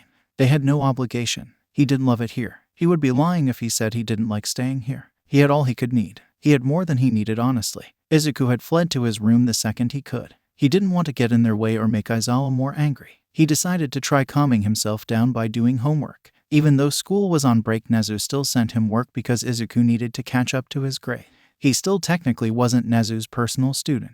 He wouldn't be until the school term starts. He couldn't focus because he was nervous. He decided to get it over with and maybe scare Aizawa into not punishing him. With determination, he wheeled out and went to the living room where Aizawa was reading a book. Mustering up all the confidence he could, he made himself speak and made sure to slow it down so he wouldn't mess it up. I am not going to play this game of WWW waiting. Can you just hurry up and get him mad about what happened at the SSS speech therapist? He did end up messing up his words. He tried to make sure his embarrassment didn't show. Aizawa looked up in surprise. What? He actually looked confused. Izuku hated this game. I was rude and a brat at the speech therapist, and you think I am gonna yell at you for that? Izuku didn't answer. Why was he acting like Izuku was crazy? Aizawa closed his book and put it down off to the side. Kid, you will never be hurt purposely by anyone in this house. You already made up at the office, so I don't care to keep it going. Aizawa said with an almost blank face. So you aren't mad at me? Izuku was in shock. Had he really spiraled so much that he had accused Aizawa of planning to abuse him? He was an actual idiot. I am not mad at you, but I am not impressed with your behavior at the speech therapist. I'm sorry, Izuku said pathetically. There's no need to apologize to me. I do hope you apologize to Mrs. Kimura. I did. Good. I know you are having a hard time, and I know you don't really have anywhere to take out that anger, but that doesn't mean you can take it out on other people. I understand this might be confusing since people have taken their anger and frustration out on you your whole life, which in no way is fair to you. Izuku knew all this, but it was important to hear. Izuku felt dumb. He knew that was the point of a scolding, but knowing that didn't help. He didn't think he was gonna get used to the change. Izuku and Nezu were meeting today to plan out Izuku's lessons. Aizawa was not thrilled to be dropping Izuku off to see Nezu at the school. Aizawa had been mumbling something about blackmail and murder. Izuku made his way to Nezu's office where he didn't even have to knock before the door opened. Izuku, I understand you wanted to have this meeting to go over the lessons you are going to teach. Yes. Okay, do you have your lesson written out? Here you go. Izuku passed the rat his lesson plan. After a bit of flipping through the folder and notebook, Nezu smiled. You are teaching your quick analysis and ethics, Nezu asked. Yes, being able to understand quirks and people in the field quickly has helped me so much and probably saved me multiple times. I talked to Aizawa and Hizashi and they said while it was talked about in lessons it wasn't really taught. The ethics are about how to teach the less fortunate. Every villain has a reason whether it's good or not. And from my time being homeless I learned that not everyone has a choice. I was kicked out of the only home I had and chased away because I honestly don't know why we all had to leave. But I want to teach students that everyone is important no matter their class in the world or their quirk. Nezu smiled in delight at these words. You do not disappoint. So my plan is to hire you as a substitute and as a half teacher. I can't legally hire you as a teacher, but I can hire you as a sub. You will fill in for teachers when they are out and I will have you be a guest speaker a few times to teach your lessons. I want you to make lessons for all the different class departments if you can. Also, when teaching or subbing you are going to be Green Cherub. My students can't know they are being taught by someone their age or younger than them. You will be both Izuku and Green Cherub since you will be my personal student and students will see you. I can wait to have Green Cherub teach until you have your prosthetic and can fight. How am I supposed to hide the difference between Izuku and Green Cherub? People aren't blind, they are going to see the prosthetic on Izuku and they are going to see it on Cherub. Also, they might recognize my voice. And that is a problem. I do have an idea though. Because you will probably use a running blade. I know a full pant leg is not practical on that leg, so there really isn't hiding it. So we have to hide it on Izuku. I say when not in costume or alone you keep using the wheelchair and say you are paralyzed from the waist down. You have been for a very long time. Also maybe go mute again with Izuku. Other than with me of course, only with the students and teachers. Nezu said. Izuku thought about it. Not a bad idea. I am getting my prosthetic in 2 days and we won't have school for another few weeks, so I am hoping I can get better at it by then. Izuku couldn't help but smile. He was going to be a teacher at his dream school. They made some small talk, then it was time for Izuku to go. He called Aizawa, who was at the gym while this meeting happened. Izuku left the office. He had noticed that since he had started coming here, wheelchair accessibility buttons had been showing up at every door, and there were other accommodations he had been noticing. What Izuku was surprised about most was the fact Nezu had one for his office door. The first time he noticed it, he almost cried because it was so nice. He knew he wasn't in a wheelchair forever, but pulling a heavy door with a prosthetic leg was not easy, so he was happy to see the accessibility button. It was even more helpful now that he was supposed to be paralyzed waist down when he was Izuku. He hated having to stay in the wheelchair because he hated it, but he was thankful he was still able to be Cherub. He got to the gym Aizawa was in and he watched the man destroy a punching bag with a kick that took it off its chain, sending it across the room. Izuku clapped. Aizawa turned slightly out of breath and sweating. All said? Aizawa asked as he walked over to a water bottle, taking a sip. All said. They left the gym, heading for the car in a comfortable silence. So what does he want in return for being his personal student? Aizawa asked randomly after starting up the car. When I am able to be Cherub again, he wants me to be an informant. He wants me to teach a few classes. We were meeting to discuss the lesson plans. I am being hired as a substitute, so when one of the heroes are out, I will cover. I know this is weird, Izuku said. He was nervous. Aizawa wasn't going to be happy with him. Well, I don't know if the informant is a good idea. Informants can get into a lot of trouble. I do think being a substitute would be cool, Aizawa said. He wasn't wrong about the informant part. He wants me to teach and substitute the classes as Green Cherub so the students don't know a kid is watching them. Me and Nezu came up with a plan so that Izuku and Cherub are separate, Izuku said. He felt really bad about this plan because until he was in his own place it would affect the Yamada Aizawa family. And what is this plan? Aizawa asked. Izuku didn't think Aizawa would like the plan. Well, as you know, I need a prosthetic. The problem is, if people see me as Izuku the student with the prosthetic then meet Cherub with the same prosthetic in the same place, people are going to be able to guess it's me. So Nezu came up with the idea that Izuku would be paralyzed from the waist down and I don't wear the prosthetic. While with Cherub I am fine, but with a prosthetic, he thinks Izuku should be mute so people don't recognize my voice. I would wear the prosthetic if there wasn't a chance of the students or teachers seeing me, but otherwise I would have to pretend to be paralyzed, Izuku explained, looking out the window at the passing scenery. It was silent. Well, if you are supposed to be paralyzed, we will have to get you a real wheelchair instead of the temporary one they gave you. I don't quite like the plan, but I am guessing I can't do much to stop you. The teachers don't know anything about your medical stuff since I felt it was up to you, so that's good. The only teacher who does know is Nimari, but you knew that, Aizawa said blankly. Izuku looked at him with surprise. You're not annoyed that you will have to help me because I'm supposed to be paralyzed? Well, what other choice do I have? If I don't help you, then you are going to give yourself away, and that won't end well for you. I would rather take care of you than have to bury you, Aizawa said seriously. Damn, he just had to go for the serious note. I won't be able to teach for a while since I have to be able to walk on with a prosthetic, which means getting through the 2 crutches, 1 crutch then cane, and finally on my own feet. That is going to take a few months. I would rather show up fully ready to go than not ready to go. Will you wear your running blade or regular prosthetic? I think I will change it for the type of class I am teaching. Hey, since I have to be Cherub, do you know where my weapons and shit are? I never got anything back after the station, Izuku said. He had looked around the house but hadn't found it, so he was guessing it was somewhere else. About that, all your weapons were taken as evidence, and your costume is ripped to shreds and insanely covered in blood and guts. You don't want any of it back, trust me. I talked to Nezu, and it was supposed to be a surprise for your birthday, but I don't want you to set up a new costume. We are having some professionals make you a new suit, and Nezu will be getting you weapons. We kept a pretty similar setup to your old one, but the mask is going to be a lot more comfortable, and the suit should be more armored with less layers but still retaining heat, Aizawa explained. Izuku couldn't do anything but stare at Aizawa with an open-mouthed expression. You're joking. Nope, it will arrive a bit after your prosthetic. I can't accept that. It's too much. You have already done so much, you can't do this too. Kid, it's fine. It's not my money, it's Nezu, and he is charging it to the information you bring him. Izuku couldn't find the words to speak. After a while of silence, do you think I will be able to figure out the prosthetic quickly? Izuku asked sheepishly. Well, from what your doctor said, it matters on how much you want to walk and how much you take care of yourself. If you do it properly and don't overdo it trying to walk when you can't, then it will go better. I can't predict how things are going to go, but knowing you, you will probably be walking by the end of the week. Your consultation is tomorrow. Your doctor will be able to tell you more than I can, Aizawa explained. Izuku wished all of this would go faster. He would have to go to his doctor's office so he could try the liner and sock on and talk about the plan to get him walking. The day after that, he would have to go back in to try the prosthetic on and test it. Izuku hoped he would get this down quickly. He was still fighting with his left leg, trying to get it strong enough to help, but it was going slowly. He just wanted to walk again. He missed running on the rooftops. He missed it all. When this all happened, he was expecting to mourn a leg. It sucked though, and he found himself mourning the lost leg. He was tempted as a joke to hold a funeral for it, but he knew that was dumb and maybe insensitive. He was excited to get the fake leg on and start walking again. He hadn't actually seen the stub for a bit. Because of healing quirks, the surgical wound was healed quickly and the swelling went down, so he was only in bandages and a small cast for a week before they felt it was time to take it off. The weirdest part was he would wake up in the middle of the night with pain in his right foot. Problem was, his right foot was gone. Izuku already knew what phantom pain was, but it didn't help knowing it was a thing.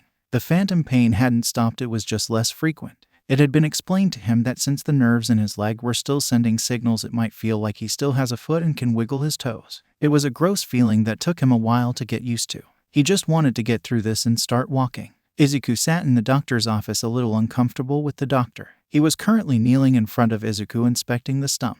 Your stump looks good, Izuku. It's healed and it doesn't look like your measurements changed too much. Since the muscles aren't attached to your calf or ankle anymore, they do what they are doing here and sag, not working the way they should. You are lucky that they were able to save enough to get an easier prosthetic, the doctor said excitedly. Izuku looked over at Aizawa with an "Is this guy serious?" look. Aizawa just smirked. So, would you like to try the liner on? Izuku nodded, causing the doctor to walk over to the counter next to Aizawa and open the box that had been sitting there. He pulled out a gray sock-looking thing. He brought it over and started explaining. This is the loner sock. It goes on your leg to cushion it and keep it safe. It is also what will be keeping your leg on. We will be using the suction method. This is made of silicone and so will be the final layer of the prosthetic, but the part your leg is in will be a hard carbon fiber socket that is fit to you. The doctor said this while pointing to a diagram on the wall of a prosthetic. Looking at the different diagrams showed there were many ways to keep a leg on.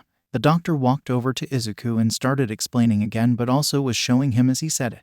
To put this on, you turn the liner inside out, then, putting the tip of the liner to the base of your stump, you start rolling the liner up until it's all the way on. Like so. The doctor helped the liner all the way up to the mid-thigh of Izuku's leg. It felt weird as hell. It was slightly compressing his leg. The doctor explained it was to hold the leg better, but also to make sure everything stayed in one place. To clean it, you take it off and wipe it down. It will smell bad since you will be sweating into it, so maybe use scented wipes. When the prosthetic arrives tomorrow, I will show you how to attach the two, but for now we have to talk about the actual journey of walking again. We have never gone into the specifics before, so we'll do that now. Izuku sat up a bit, listening. So, it is going to be hard to learn how to walk differently after walking one way your whole life, but we will help you. Tomorrow is the fitting. Once we are sure it fits, I will bring you downstairs to the testing room. You will only have it on for a few minutes just so you are sure it is comfortable. You will keep your wheelchair since you can't stay in the leg for too long at first. You are going to start on crutches or a walker, whichever you need. Then once you are walking better, you will walk with only one crutch to assist you for a bit longer. When you are almost fully ready, you will walk with a cane until you can walk on your own.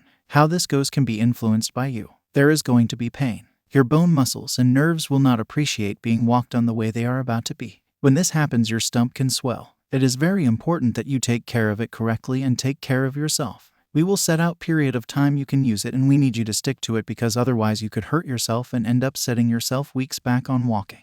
Izuku nodded. The doctor kept the sock thingy when they left. Izuku checked the time. It was 2:14 a.m. He groaned. He had been trying to fall back asleep for the past hour and a half. His room was too incised. He had to get out of it and get some fresh air. The problem was he was missing a leg, and it was kind of hard to move around quietly with only one leg. He pulled his wheelchair over to him. Getting into it, he rolled himself out of the room and down the hallway into the living room. His crutches were there. He was trying to get used to them and get them to the right size before he had the leg. Locking the wheelchair in place, he used the neighboring counter and one of the crutches to stand up. He then grabbed the other one. With more grace than he thought he had, he moved around the living room trying to get used to the feeling. Aizawa wouldn't be back till 4, so he had about an hour and a half. Grabbing the phone he had gotten for Christmas, he hobbled over to the door. He had a key, so it was fine as long as he locked the door behind him. Stepping into the night, he made his journey down the street until he found a climbable building that was high up enough for him. He hid his crutches in the alley, then using the wall as a brace, he got over to the fire escape and started climbing. It was a lot harder than he thought it would be with one leg. He had to stop halfway up the ladder to catch his breath, then he started up again. He hauled himself over the ledge of the roof. He laid there for a bit, catching his breath. Then using his knees, he growled to the side of the building that faced the city. Dangling his leg and a half over the ledge, he took a deep breath. He missed this. The feeling of the breeze in his hair. The night, the lights, even the sounds. He missed it all. He would have climbed the Yamada Aizawa house, but it was a house, so it didn't have the same effect. Also, since it was a slanted roof, it wasn't safe to stay up there. This was safer. He laid back looking up at the sky. There was too much light pollution to see any stars, but that was okay. He suddenly sat up, hearing a fight 2 hours over. He couldn't do anything and it was bugging him. He knew there was nothing he could do, so he called the police and said there was a disturbance happening. By the time the police got there, the mugger had run off. It was too late. Izuku found a new determination. He had been wallowing in self-pity while the people he was supposed to protect were getting hurt. He had to walk again. He sat in the doctor's office waiting for the doctor to come in with his leg. It was Hisashi here instead, since Aizawa would be on a raid for the next 2 days. Apparently it was on a neighboring island and would take a bit to set up and then raid. Everyone was nervous, but Hisashi had been trying to hide it. Hitoshi was here too. Hitoshi was currently looking through the drawers of the office looking for something interesting. Hisashi was scolding him but not stopping him. Toshi, stop looking through the drawers and sit down, Hisashi said in a half-serious tone. 2 more drawers, then I will sit down, Hitoshi said as he inspected one full of Narcan. You said that 5 drawers ago. I'm serious, sit down before the doctor comes in and sees you. Hitoshi sighed and sat down in the second chair. Izuku was on the cot table thing. Suddenly the door opened and in walked the doctor holding what Izuku was going to assume was his leg and liner sock thing. I have it. The doctor handed Izuku the liner sock sleeve thingy. You know how to put this on, he said as he watched Izuku put it on. Then he unwrapped the leg from its bubble wrap, showing it to Izuku. As he talked, he did what he was saying. When you put the leg on, you turn the suction part here inside out so the socket is exposed. Then you put your stump in it so that it's comfortable. Lastly, you slide the sleeve up just like you did the liner. Like the liner, the sleeve was compressing his leg. Since it was only a demonstration, it wasn't on too tightly. Now to take it off, you start at the top and do everything backwards so the sleeve of the prosthetic is folded over the leg. Izuku did the whole process again, but this time it was fully on. It felt weird. The doctor held out his hands for Izuku. Izuku sheepishly took the doctor's hands, slowly getting onto his feet and standing. He winced at the feeling of standing on the bone of his calf. The doctor kept holding Izuku there before asking Hisashi to grab Izuku's wheelchair. Izuku was gently lowered into the wheelchair, where he finally actually looked at the prosthetic. The socket ended around the knee. The front was shaped like a U. The open spot let the knee bend back and forth. The sides supported the joint. The sleeve of the leg covered this all and went up to the middle of his thigh, 2 inches above where the liner ended. The actual leg part was cool. Since Izuku barely had 1 divided by 4th of his calf left, the prosthetic was pretty long. It was calf-shaped with a skin tone paint job, but what gave it away was the exposed metal angle rotator. There was a face plastic foot that he could step with. He was shown to the tester room. It looked a lot like a physical therapy room. Izuku was brought over to the parallel walking bars. This isn't physical therapy, we are just making sure it moves and fits correctly. I want you to put yourself up to standing and try to walk to the other side of the bars. If it hadn't been for the physical therapy the past few months, he wouldn't have been able to do this. The physical therapist had been helping him and teaching him what to prepare for, but it hadn't quite prepared him for all of this. It hurt a little to stand. He held onto the bars and moved his left leg first, then with some struggle moved his right leg in front of the other. It felt weird to lift the prosthetic. It wasn't heavy at all, it just felt weird. If it wasn't for the bars he would have fallen, but he held himself up. With a lot of struggle he made it halfway before asking for the wheelchair. It was humiliating. He had worked so hard but could only get halfway before he was too weak to keep going. Did you ask to stop because it was uncomfortable? The doctor asked. No, I just didn't have the strength to keep going. The foot is fine, Izuku answered, ashamed. He felt Hisashi's hand on his shoulder, patting him. That is completely normal. I mean, you haven't walked for months. You will be very sore for a while. We have time schedules that tell you how long you can and should be wearing the prosthetic. There will also be assisted and unassisted time. So, for example, today you can walk for 30 minutes on the prosthetic with crutches. Then for 5 minutes, I want you to try unassisted. That means no crutches or cane. You are supposed to use countertops, walls and other things to help, but we want you to try to get used to walking. It's going to be hard, but I believe you can do this. We are going to send you home with a walker in case you want to use that instead. If you feel any discomfort or have any problems with the foot, then call this office and we will try to fix it. Your papers are in the front. The doctor said all this, then walked away. He said it like this wasn't a big deal for Izuku. I don't want to take home the walker. I'm fine. Izuku didn't want to be weak. Walkers were for weak people. He wasn't weak and he wouldn't look weak. Hisashi seemed to read his mind. Izuku, you need the walker. It doesn't make you weak or make you look weak. Over the past month or two, Aizawa and Hisashi must have caught on to his adverse of looking or feeling weak. He wasn't sure when they started to catch on and read his mind, but he didn't like it. They started to head out. Itoshi seemed to be having a blast with the walker. At the front desk, the lady gave them a packet of papers and showed them how to break down the walker so that it would fit in the car. Izuku hated how much room he was taking in the car. Once in the car, Izuku started reading the packet. The first few pages had the care instructions for the leg and liner. Apparently the liner was washer safe but not dryer safe. There are also chemicals that you can't use to clean your prosthetic cause it could degrade it. After the care for the prosthetic, there were care tips for the amputee. There were a few methods to keep the swelling of his stump down. The next few pages were the do's and don'ts of wearing a prosthetic. Finally, it was the time part. Every 2 days the time went up by 15 minutes, then once the time was at 2 hours it went up by half an hour until it got up to 11 hours. Apparently that was the limit for most. Unassisted time was a bit different. For the first week it was 5 minutes, then it started rising with every 3 days going up by 5 minutes. He was also supposed to keep doing physical therapy on top of all this. This was going to take a while. That night at dinner, Hisashi started up a conversation, breaking up the silence. So Izuku, since you are supposed to be paralyzed from the waist down, should we get you a different wheelchair? One that isn't the temporary one they gave you. Izuku had told Hisashi and Hitoshi yesterday night and they said it was probably the best plan.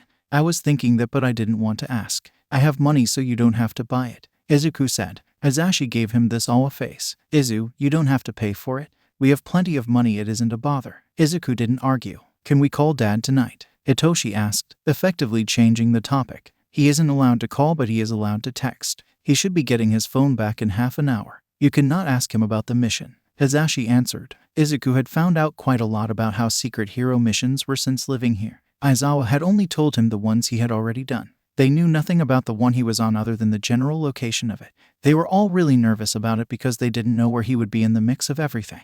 They did know he only had his phone for an hour a day and that it was searched for suspicious conversations and deletions. 2 more days then he would be home. He would come back the day before the entrance exam. They were up waiting for Aizawa and Hisashi to come through the front door. Izuku and Hitoshi were playing Mario Kart, but by the fact they were both losing, it was clear they were too focused on the door. They kept looking over. They knew Aizawa was okay, a little banged up, but okay. Finally they heard the car pull in and then they heard Aizawa and Hisashi talking as they headed for the door. Hitoshi jumped up and ran over, opening the door for them. Dad. Hitoshi jumped forward, hugging his dad. Izuku hung back but did roll over to the entryway. He would have tried to walk, but he had used up his time already. Hey Toshi, Aizawa said tiredly. They walked into the kitchen, Aizawa and Izuku nodding at each other. So what was the mission about? Hitoshi asked. I can't give you all the details since it is still a case, but we were against a group that had escaped capture 3 times before, so security was tight. Aizawa explained. What was your part? Hitoshi said, completely engrossed with what his dad would say. A few other stealth heroes and I went in to seal off exits so that the bigger heroes could control the entrances. Then we started the fight to get things going. That was all fun since we didn't have a map. Quite the maze. Everyone seemed fine with this. So, you were a sacrifice. They just threw you in there. Izuku blurted with some anger. From what they knew, Aizawa had gotten banged up but was mostly healed. They had sent him in blind. That's just how some missions go. It's not a big deal. They sent you in blind when there are so many ways they could have made it safer for you and the other heroes. Kid, there was nothing we could do. The mission was underground both figuratively and literally. We couldn't research the place because if we did they would know we were coming and escape. Only one person died and it was one of the bigger heroes. They sent in the best stealth heroes. I wasn't alone. Everyone had a buddy around. I know what I am doing and they know what they are doing. Drop it, Aizawa said in a serious tone. He was tired. Izuku decided to do what Aizawa said and leave it. So Hitoshi, are you ready for the exam tomorrow? Aizawa asked with a nicer tone. I am scared. I believe I can do it but I am pretty nervous. Hitoshi said. Understandable. Hisashi responded. You got this, Hitoshi. And you will have a cheering squad. Izuku excitedly said. He was excited to see the entrance exam. Since he had to be watched by Aizawa and Hisashi, he would be in the observation rooms with all the other heroes. According to Hisashi, there was a new teacher, but he wouldn't say who it was. Aizawa wasn't happy about the new teacher. Izuku had heard him mumbling something about a muscle-headed oaf. Izuku was excited to actually be a part of UA instead of just visiting there. Chapter 41, Some Getting Used To. Summary. Holy cow, I lost track of time. I am so sorry about all that. My exams went really well and I just want to thank you all for being patient with me while I took some time to worry about that. I don't really have a summary for this chapter, but I do have warnings. Trigger warnings. Violence. PTSD. SWLF hate. Ignorance. I also wanted to put a quick reminder and disclaimer. 1. Please remember the only ship I plan to have in this fic is Aizawa and Hisashi. 2. I honestly hate All Might. Please remember this is a fic with All Might bashing in it. 3. I don't like Bakugo. He won't have a redemption arc because I don't feel he deserves one. The most Izuku and him will be is just chill with each other, but they won't be friends. I don't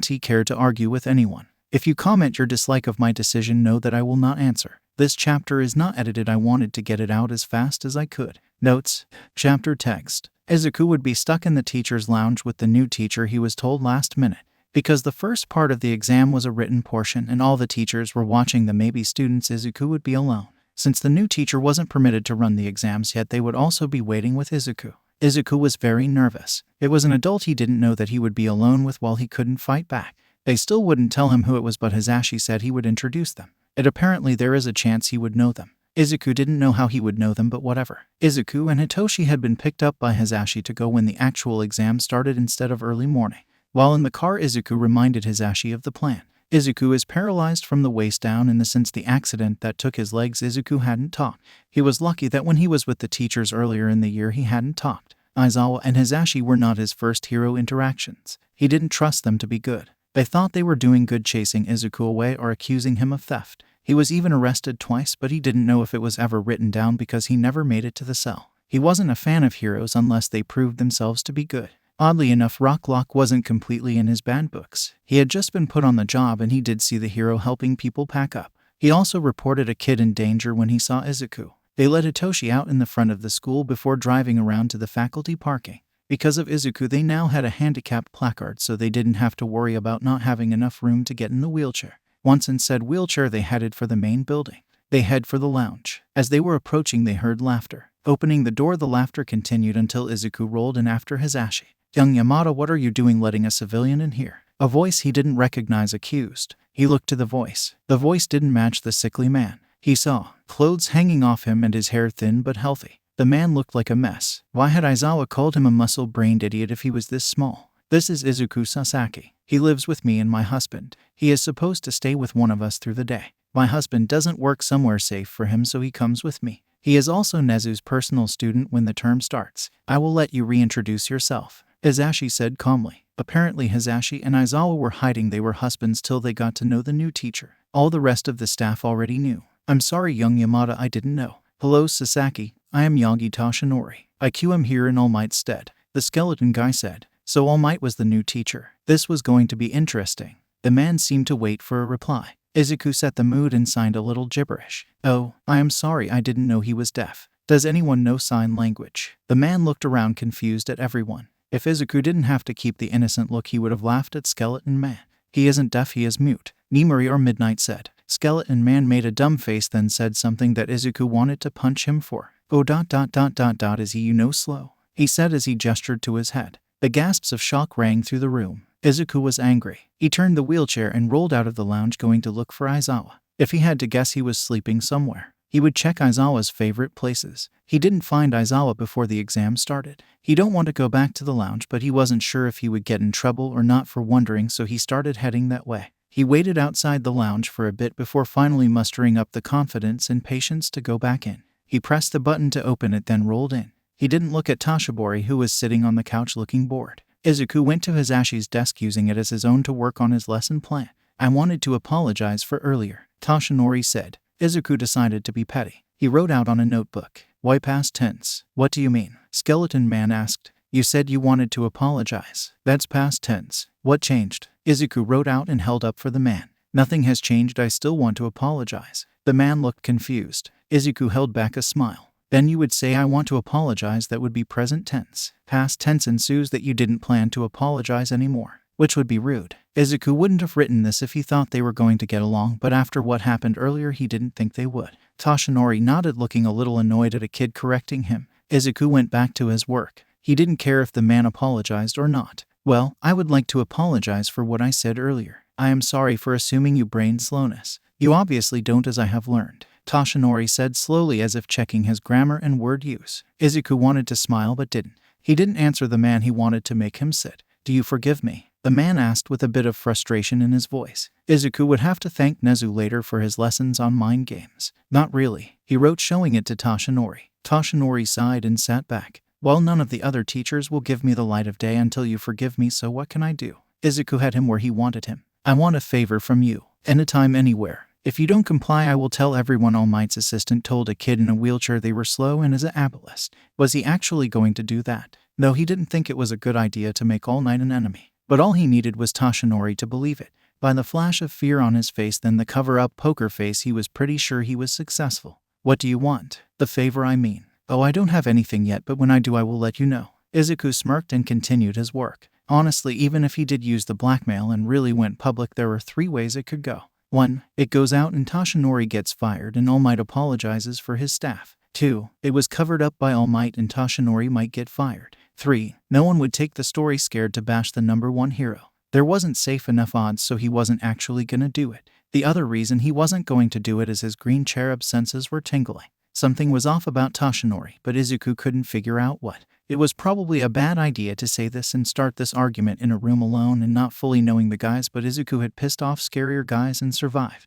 The thought brought a flashback of Bossman shooting lasers at him. He tried to hide from Toshinori how much the thought bothered him. He needed to keep calm. If you don't mind me asking, what is wrong with your legs? Why are you in a wheelchair? I asked the other teachers, but they said it wasn't their place to tell. Toshinori asked after half an hour of silence. He started out so well, then just failed. Izuku was going to try to have fun with this. If not fun, then it was amusing. I was in an accident and it left my legs paralyzed. Izuku realized they hadn't worked out the details of the accident, but his records were changed to the public so that it said he was paralyzed after coming out of a coma. Nezu was the mastermind behind the changing. The record didn't say why he was in such bad condition, so he could make something up that separated him and Green Cherub.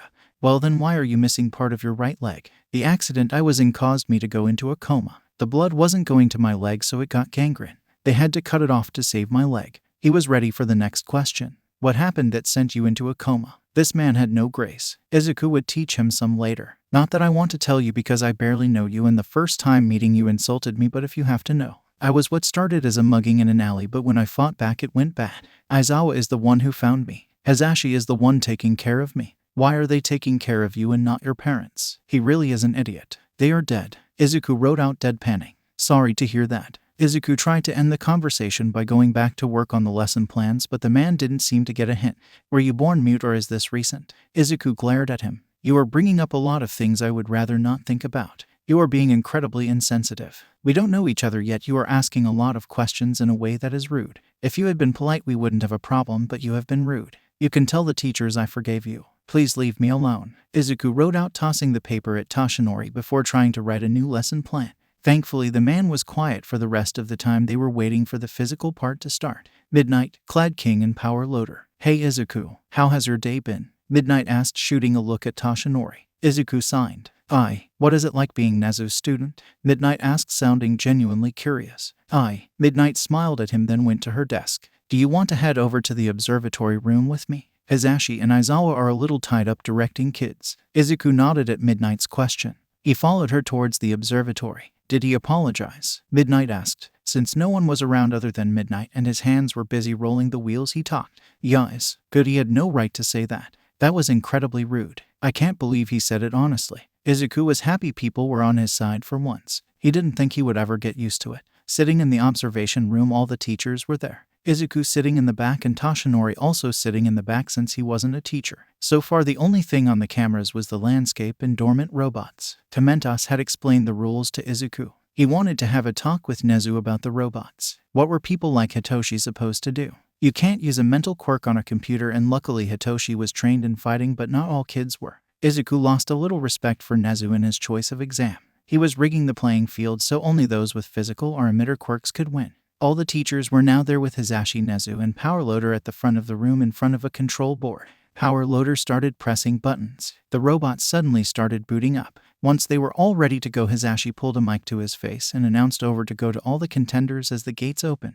Kids flooded into the arena. There was no sound on the tapes. He looked for the familiar purple head but found someone else familiar. Bakugo. Izuku's stomach dropped and his blood ran cold. He had forgotten that Bakugo wanted to go to UA. He had forgotten that Bakugo was in his grade. Flashback. Izuku walked into class seeing kids around his desk. Bakugo was laughing as he wrote something, then passing the marker to someone else. Izuku would be blamed for this. If he tried to stop them, he would be beat up. He turned around and went to leave the class. Oi, Deku, where are you going? Trying to hide from what you did? Come here and look at what you did. Bakugo not so quietly said to him. Izuku flinched at the first word. He slowly turned and walked over. The other kids dispersed, making room for Izuku to join the circle. Izuku looked at his desk. Why would you write these things on your own desk? Are you planning on telling the teachers that we are being mean to you? Because that would be a lie. No one liked a liar. Are you trying to get your friends in trouble? You are such a horrible person, Deku. Here we were trying to be nice to you and you go ruining it. Why do you have to ruin everything? Bakugo said while his two goons added in repeating ends of sentences. Izuku didn't plan on answering the questions until. Are you going to answer, Bakugo? One of the little henchmen said while shoving Izuku into the other henchman who already had his hands up. Are you going to continue ignoring Bakugo? The other goon said as he pushed Izuku back to the middle. I don't like being ignored. I am gonna give you a reason to ignore me. Bakugo said, grabbing the sides of Izuku's head with his fingertips so there was room for an explosion to go off in his hand without burning Izuku's ear completely. By the time Izuku realized what was about to happen and even tried to defend himself, it was too late. Bakugo set explosions off. Izuku yelled loudly as the noise pierced his ears, leaving them ringing. He fell to his knees. He couldn't hear anything but ringing. When the pain in his eardrums quieted down, he then felt the stinging on his ears. His hands went up to check them. They were hot and he could feel some burns on them. He looked up looking for an escape route but was met with a circle of students around him. They were laughing. Bakugo was smirking at him. Izuku got up and pushed past the students, running to the bathroom. He had to see the damage and fix it. His run for the bathroom turned into a run for the door. He ran into it of the school, not planning to come back that day. In flashback, Izuku was shaking in his wheelchair, his head down as he covered his ears as if to protect them or to keep noise away. The ringing was there. His vision came into focus again. He saw his wheelchair. When did he get a wheelchair? He just ran out of Aldera. Why was he in a wheelchair? Slowly everything came back to him. He was in the observation room of UA. He was here to cheer on Hitoshi. It was Hitoshi's day. He wasn't going to ruin it by having a panic attack. He made himself calm down, stealing his expression. Looking up, he was happy to see no one had noticed. He tried to focus on the screens looking for Hitoshi. He was shaking and he could feel the lump in his throat. His face was hot. He dug his nails into his palm to try to get his brain to focus. He found Hitoshi on the screen. He was doing good, using his environment around him to fight the robots. Then suddenly a giant robot showed up in each arena. He watched as kids' faces changed from determination to surprise and a bit of fear. Some kids ran away towards the gate while others kept fighting, not worrying about the zero-pointer. On one of the screens it showed a girl stuck in the rubble. He was nervous since no one seemed to notice her and go to save her. But then Hitoshi saw her and ran to her aid. Izuku was so proud of him. Hitoshi couldn't do much, but he got the girl to use her quirk to life the rubble as Hitoshi pulled her out. The girl started to throw up. Izuku had seen her using her quirk a lot earlier, so he guessed it was probably a drawback. Hitoshi picked her up dead man style when it became apparent she couldn't walk. Izuku was happy Hitoshi chose dead man carry over the princess carry. This way he was more balanced and running would be easier. Most of the examinees had already started heading to the gate when the buzzer went off announcing the end of the exam. Izuku took one last glance at Bakugo on the monitors. He was out of it, following Yamada absent-mindedly. Was Bakugo angry? What would he do if he saw Izuku again? Would Bakugo recognize him? Would he even remember him? There were so many questions going through Izuku's head. He didn't notice that he was at the car until he was almost right there. Hitoshi would meet them there as to not be seen by examinees getting in the car with a hero that is also a teacher. Izuku couldn't focus at all. He didn't notice when the car started or when Hitoshi got in. When Hitoshi got Izuku's attention, he tried to pay attention, but his brain was gone. It was foggy. Everything was foggy and muffled. He had to get out of his own head. This was Hitoshi's day, not his. He had to wait to freak out. He did his best to seem normal and talk with Hitoshi. Hitoshi couldn't believe he had gotten so far into the entrance exam. He thought he was going to not get any points, but was surprised when he actually did pretty well. He would have to thank Izuku for the extra lessons that he gave every now and then. He loved his dad, but he was only giving him the basics while Izuku was getting into the moves they never teach you, the ones that are seen as unorthodox. Izuku had also helped him study. Hitoshi was a good student and learned quickly, but Izuku explained it in a way that helped him really understand it and memorize it. Hitoshi knew who he was going to for help on homework. Izuku was also patient when teaching. Whoever Izuku would be teaching as Green Cherub was gonna be lucky. They had gone out to eat to celebrate taking the exam. His pops liked to celebrate even the smallest things. Hitoshi loved it. Over the past few months, they realized Izuku had almost never gone out to eat. He had never been to a real sit-down restaurant. So it had become his family's mission to introduce Izuku to the world of sit-down restaurants. They would take turns picking Izuku's dish. They said it was so he wouldn't get the same thing each time and to widen his palate, but in reality it was so that Izuku couldn't pick the cheapest option. Hitoshi had figured out what his dads were doing. Today was an American-themed restaurant, but it was more fancy. Hitoshi was humming along to the song playing. Because of his pops and the radio station, Hitoshi knew a lot of English songs and even some pre-quirk songs. His favorite band had to be Ghost, but this wasn't the restaurant to play that, so instead it was older music from pre-quirk times. He had heard this song before but didn't know the name. "Hey Pops, what song is this?" His pops, who was already lip-syncing while he read the menu, perked up at the question. "Show Me How by Men I Trust. It's an old indie. I like to play it later in the evening when it's time to wind down on the radio. I was wondering where I recognized it from," Hitoshi said. He turned to see if Izuku knew the song. They had found out that Izuku can speak English and listens to Pop's radio. Him and Pops would randomly switch to English, which was funny because it would take everyone else for a loop. Hitoshi knew some English and was probably ahead of most people because of his pops. Izuku was also lip-syncing to the song. Hitoshi looked around the restaurant but froze when he saw one of the other examinees. He couldn't remember the kid's name, but he recognized her from the earlobes. They had talked before entering the exam and had sat next to each other during the written part. He couldn't remember her name right now. She had a really cool quirk. She had short-circuited the robots by plugging in her earlobe cord into the necks of the robots and then playing something.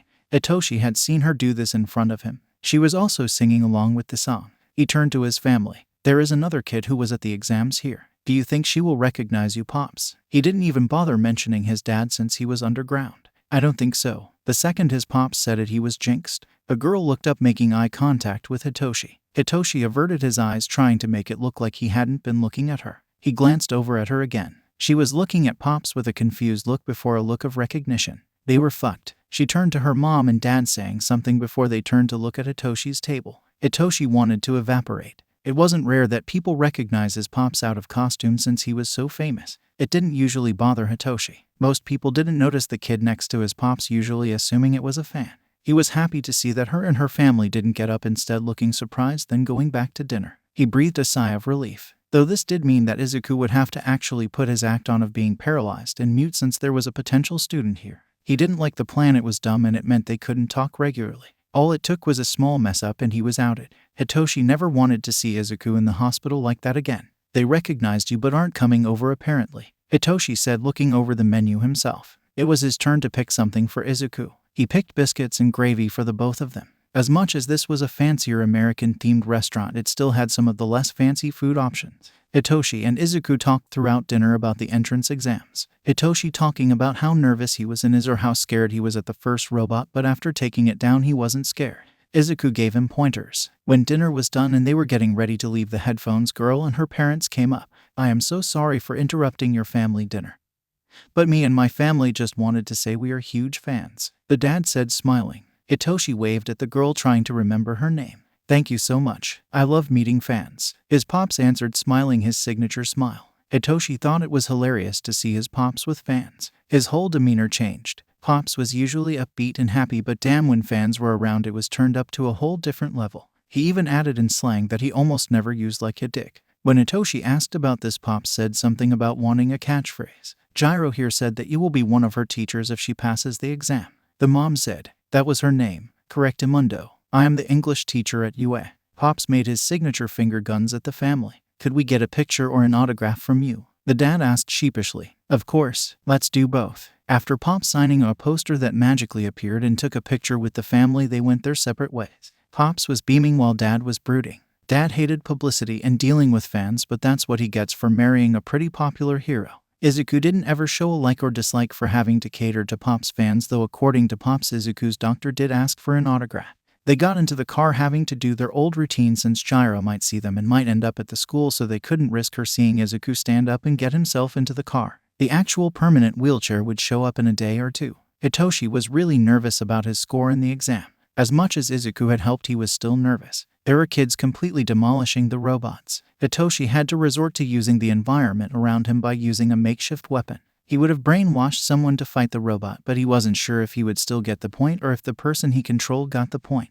It was a chance he didn't want to take, so he fought on his own. He was happy he helped that girl, but he missed getting more robots by doing it. He didn't find himself regretting it, though. He did what was expected of him and protected someone from danger. The letter should be coming in the mail, or he should hear from his dads in a few days. Then in 2 weeks the school year would start. Hitoshi decided he wasn't going to apply to any other high school. If he didn't make the hero course, he would probably be put in general education, but he would try to do what his dad did and win the sports festival. He had to become a hero and prove everyone who told him he was a villain wrong. When they got home, everyone went to do their own things. Hitoshi went into the living room to put on his show. Pops joined him after Dad left for patrol. Pop's phone went off. He immediately checked his phone. Hitoshi always felt bad for his Pops. As much as he hated, he had horrible anxiety and was always slightly panicking when Dad was on patrol. His phone never left his side. Pops got up and walking down the hallway, knocking on Izuku's door before entering. What is going on? Hitoshi tried to push his curiosity down, but after a bit he gave up and got up.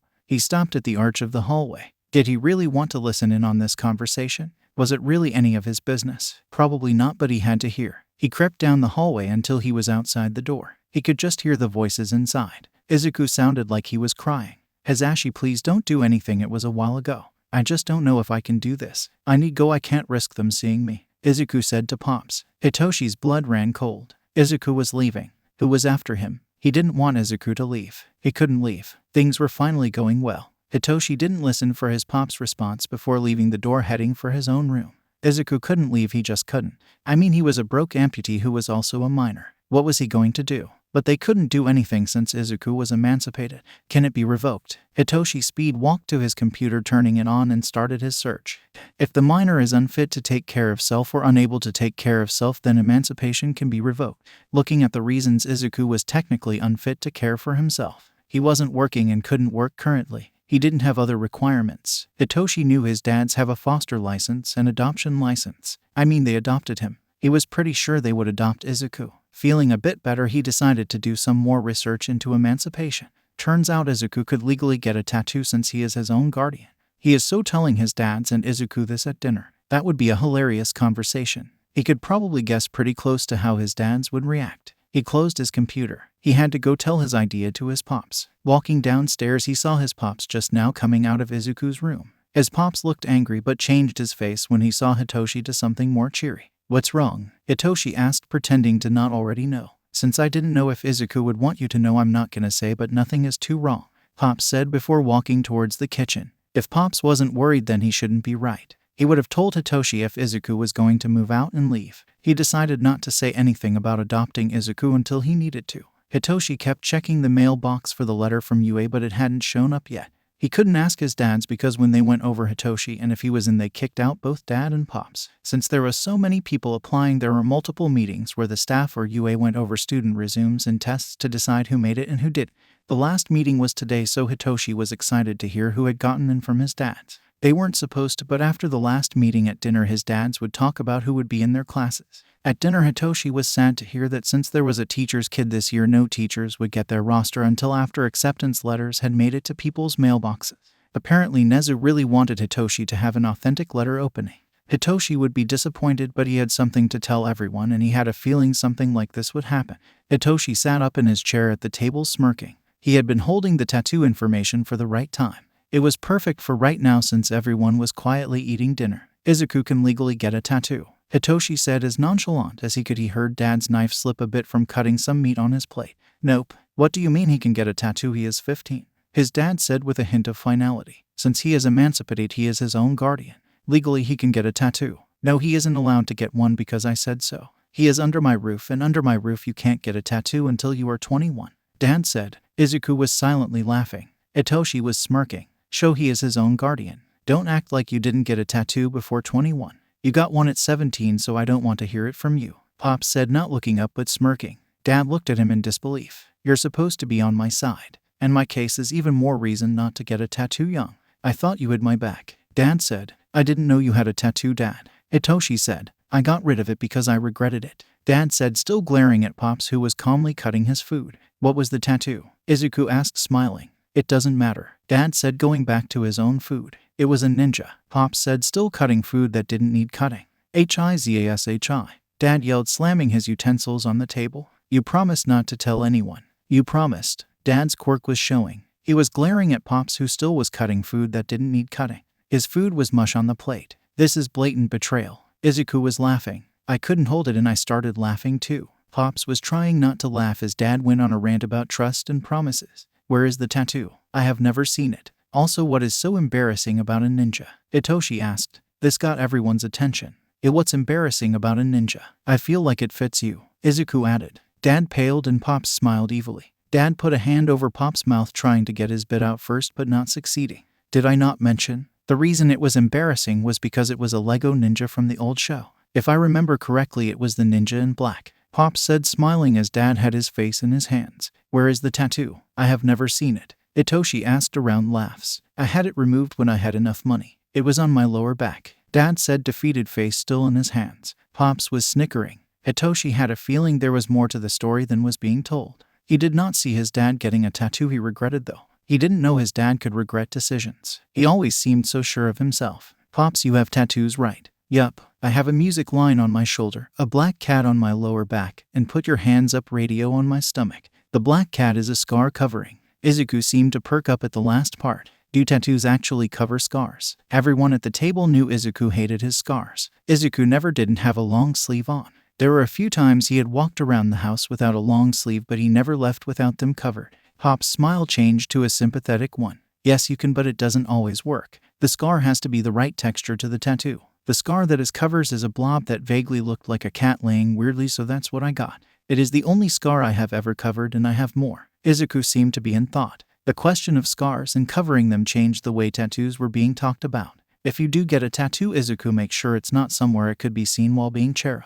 So nothing on the arms, face, or neck, Dad said before taking his plate up to the sink to wash it. I still don't think you should get any tattoos. Once Dad was out of the room, Pops leaned forward and whispered to both of them. If you want to get any tattoos, let me know. I don't care if you do get tattoos. But if you do get tattoos, do listen about the placement thing. Depending on what it is and why you're getting it, I might help pay. Pops then got up and took care of his fish, leaving just Hitoshi and Izuku. I didn't know either of them had tattoos, Izuku said, taking a bite of his food. I knew about Pops, but I had no idea about Dad. We both agree there is more to that story than they are saying, right? Yes, Hitoshi answered. After a bit of silence, would you get any tattoos? Hitoshi watched as Izuku paused in thought before answering. Honestly, I don't know. I don't like my scars and I would love to cover them, but I don't know if it will work with the texture of mine. Hitoshi thought about it. He hadn't seen Izuku's scars very well, so he didn't know the texture or really much about them. He didn't even know how he got most of them. As open as Izuku had been, he still had kept a lot to himself. Hitoshi could probably guess where he got most of them.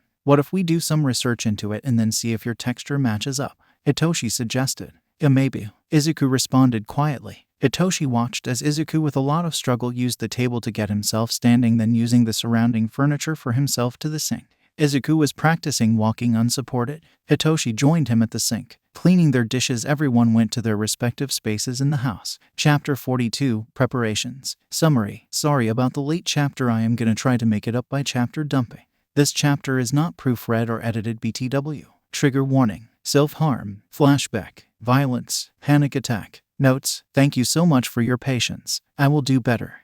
Chapter text. Izuku has to admit that it is both sad and funny to watch Hitoshi keep checking the mailbox. He wanted to say something or make a joke, but he didn't think Hitoshi would find it funny, so he didn't make the joke. Izuku could tell he was getting better. His mood was improving as he figured out the leg. He's had it for 2 weeks now and felt he was getting the hang of it really quickly. He wanted to wear it longer to figure it out, but knew he should follow the doctor's instructions. He was noticing his old brain was coming back. He was making more jokes and honestly just happier. It was refreshing. He loved living here. He felt safe. He didn't think he could ever trust Aizawa, Hazashi, or Hitoshi completely, but he would be lying if he said he didn't somewhat trust them. He couldn't help trust them after everything that happened. They had been nothing but nice to him and endured his crappy self for the past months and a half. His thoughts were interrupted by an excited cheer, then the sound of Hitoshi running back into the house yelling, "It's here! It's here!" Izuku heard the 2 adults who were working upstairs come down to see their son doing a little dance in the kitchen.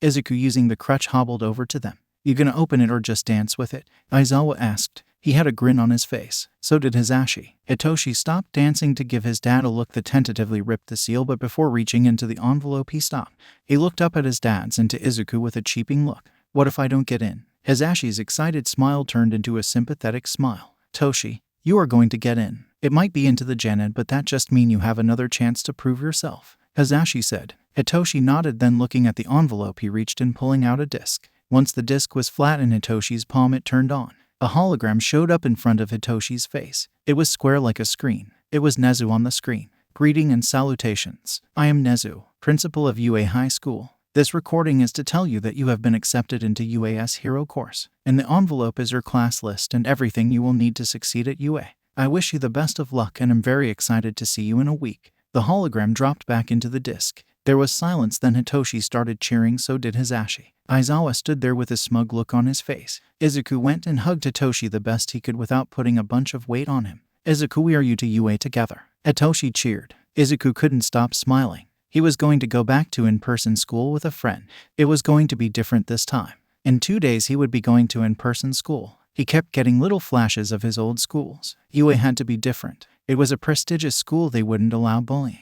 It's not like he will be with the students anyway, he will be with Nezu all day learning. He would be safe in his office. A knock interrupted his nail-biting. "Can I come in?" Aizawa's voice was heard through the door. Yes, Aizawa opened the door, coming in with 2 mugs. By the smell it was hot chocolate. What did Aizawa come to say that he thought the situation needed hot chocolate? Aizawa set the mugs on Izuku's desk and gave a question look to the desk chair. Izuku was on his bed sitting crisscrossed as best he could. He nodded and Aizawa sat down. "I know we have the same thoughts on small talk, so I am going to get right to the point. Hitoshi got bullied in his old schools. We tried to help him, but he said he wanted to deal with it himself. From what I have seen and heard, it has only gotten physical a few times, but that stopped after I gave Hitoshi permission to fight back. He didn't even punch them, he just used self-defense tactics. As much as I would like to say UA doesn't have its bullies, I can't say that. We shut down anything we see or hear, but I know there is stuff we don't see. What I am trying to say is that I know he can handle himself, but I would feel better if he had you watching him too." Izuku wasn't very surprised about Hitoshi getting bullied. He had also heard it from Hitoshi that he was bullied. "Of course I'll help if I can. I honestly don't know if I can though, with how I'm supposed to be paralyzed and mute. I will try my hardest. We both know you would find a way to win a fight even in a wheelchair. You probably already have a plan on how to use it to your advantage," Aizawa said with a look of amusement. Izuku smirked. He had. The day before their first day of school, they went to the mall to get everyone's school supplies. Izuku was in the new wheelchair in case they saw a student here. The new wheelchair was a little zippy thing. It was smaller and less boxy than the wheelchair the hospital gave them. He had more mobility in this one and it was easier to maneuver. Another perk that Izuku loved was they had listened to his request of taking the back handles off. It would deter people from just grabbing the handles and pushing him around. It was an actual problem he found. People are usually just trying to be nice and help him, but it's not needed. Once, while Izuku was looking for something on a shelf at the store, he was moved by a guy looking for something where Izuku was. It was like since he couldn't stand, he was lesser than everyone else. It made Izuku angry. He liked this wheelchair more too cause it wasn't bulky and annoying. He was looking for notebooks to take notes, but he was having a bit of a hard time because the composition notebooks he needed were on the higher shelves where he couldn't reach. Looking around, he didn't see any of the Yamada Aizawa family. A bit of panic starts to rise from his stomach. Where was everyone? He wasn't supposed to call for anyone because he was mute, but he really needed someone. He was alone. No, I am fine. I have been in a store alone plenty of times. There is no need to be scared. Mentioning being in stores alone brought him to every time he had been in a store alone. Most times he was chased out or followed around the store because the owner of workers thought he was stealing. They weren't wrong. He knew he looked a lot less homeless than he did before and wasn't going to steal again, but he still couldn't be nervous that he would be chased out if he didn't have an adult there. He moved to the end of the aisle, looking down the main aisle for anyone from the family. In the wheelchair, he was too short to see over the shelves, so he had to resort to checking each aisle. They weren't in the store. The panic started to rise. His breathing got faster. He rolled to the entrance of the store, looking into the mall. It was packed with teenagers and parents getting school supplies. He couldn't see any of the family members. His fingers started to go numb. His breathing was getting even faster. There was a cold sweat starting. He kept searching. They had abandoned him. They took him to a store to leave him there. They hated him. No, I can't think like that. They wouldn't leave me, would they? They didn't tell me they were going. They just left me. Tears started to try to well. He wouldn't cry. He couldn't cry. Someone asked him to move. He moved, but moved into another person's way. He got flustered trying to get out of people's way. I'm always in the way. Why can't I just stay out of the way? He went back into the store, deciding if they were coming back it would be easier to find him if he was in the store. They left him.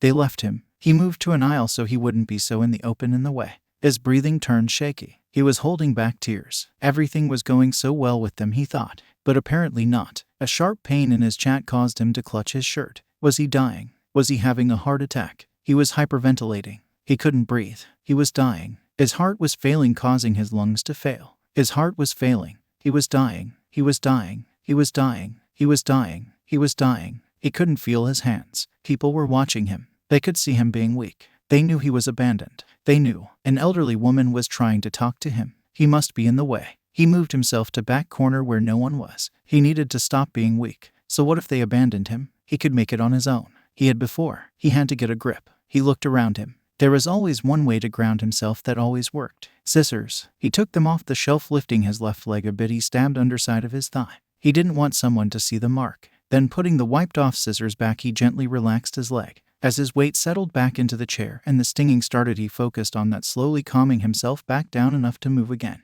He went back to the notebook section. He would wait there. He had to pretend nothing was wrong. Everyone he felt the panic starting, he would put pressure on his left leg, causing a new wave of pain. He would be fine. He had to be fine. Hisashi had decided a while ago he wanted to get Izuku a computer. He had enough money to get a good laptop. And on top of that, Hitoshi had a laptop, so it would only be fair. It would make Izuku's notes so much faster. So while they were getting school supplies, Hisashi snuck off to the LG store to get a good laptop. He hadn't noticed until he was there looking at said laptops that Sho had followed him. Why are you looking at laptops? Is yours broken? Sho asked. Well, I thought it was unfair that Hitoshi had a laptop and Izuku didn't, so I thought I would get him one. Hisashi explained. Sho nodded. They started looking at computers, comparing them. This took a while. Sho showed him his screen. It was a text from Hitoshi asking if he could go to different store to get snacks for school. I think that would be fine, but if you are nervous then you can tell him no. I don't know how long this will take. Sho nodded, texting back. Hey, does Izuku have a phone? I just realized that I don't think he got a phone after the accident.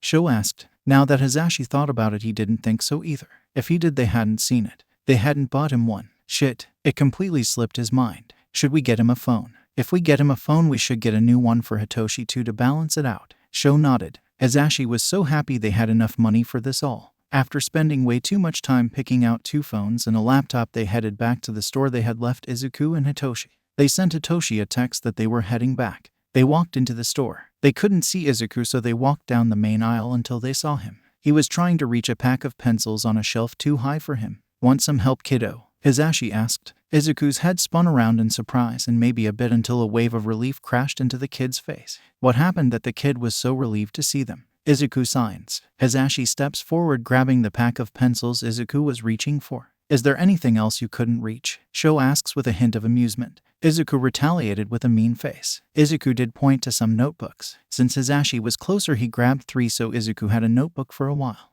They put this all in a basket, then Hisashi picked out some other stuff he thought Izuku would need even though Izuku didn't ask. He grabbed some erasers, highlighters, sticky notes, pens of the main 3 colors, black, blue and red, and finally a planner. "You know what I just realized?" he said to both Sho and Izuku, both being the type to not speak without need, only have him a questioning look. "We never got you a lamp for your desk. If you have to do late night studying, you need a lamp."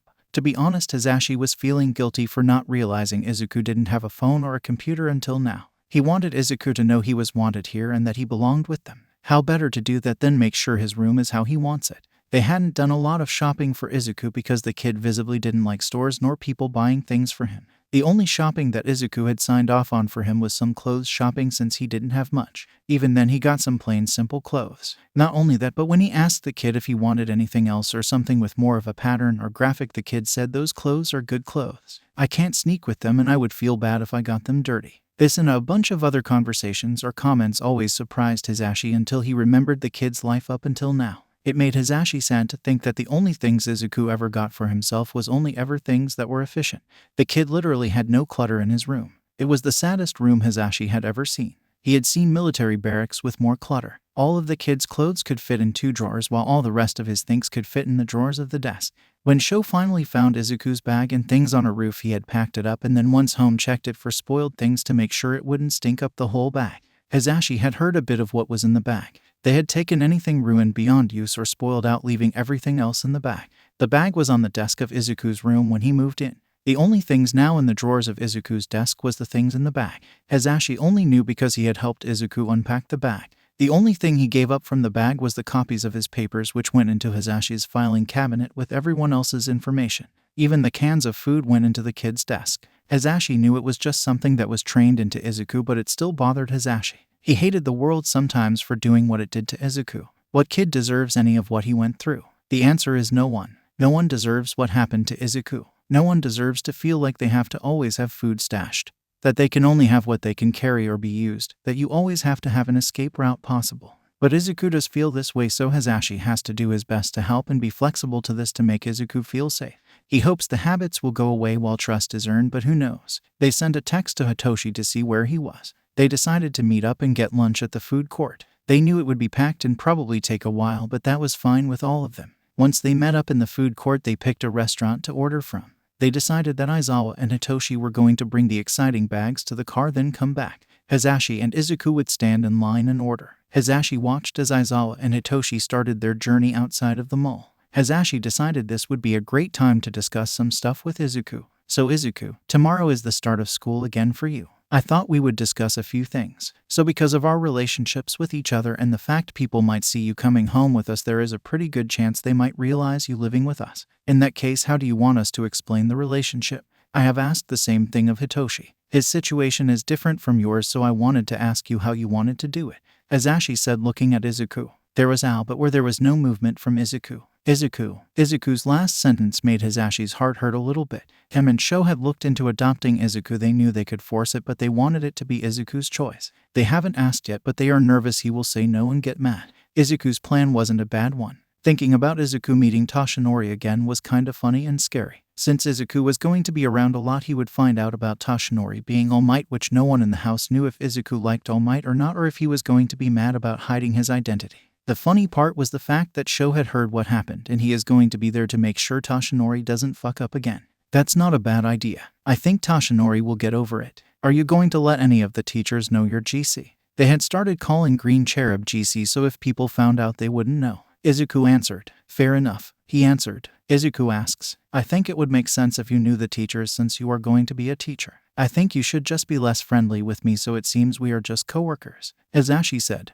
Izuku nodded. He went to sign something, but we were at the front of the line, so Hisashi had to order. It will be a 20-minute wait. The cashier told them, let's go find our seats. Hisashi said as they headed away from the restaurant booth. They found a table that worked for them. As they were moving one of the chairs to make room for Izuku, Sho and Hitoshi showed up. They made small talk until they heard the order called. While eating, they discussed the plan on how they knew each other. I am fine if the students know you guys as my dads. I would also love for Izuku to be known as my brother, but that depends on how you want to say it, Hitoshi said, taking a bite out of his onigiri.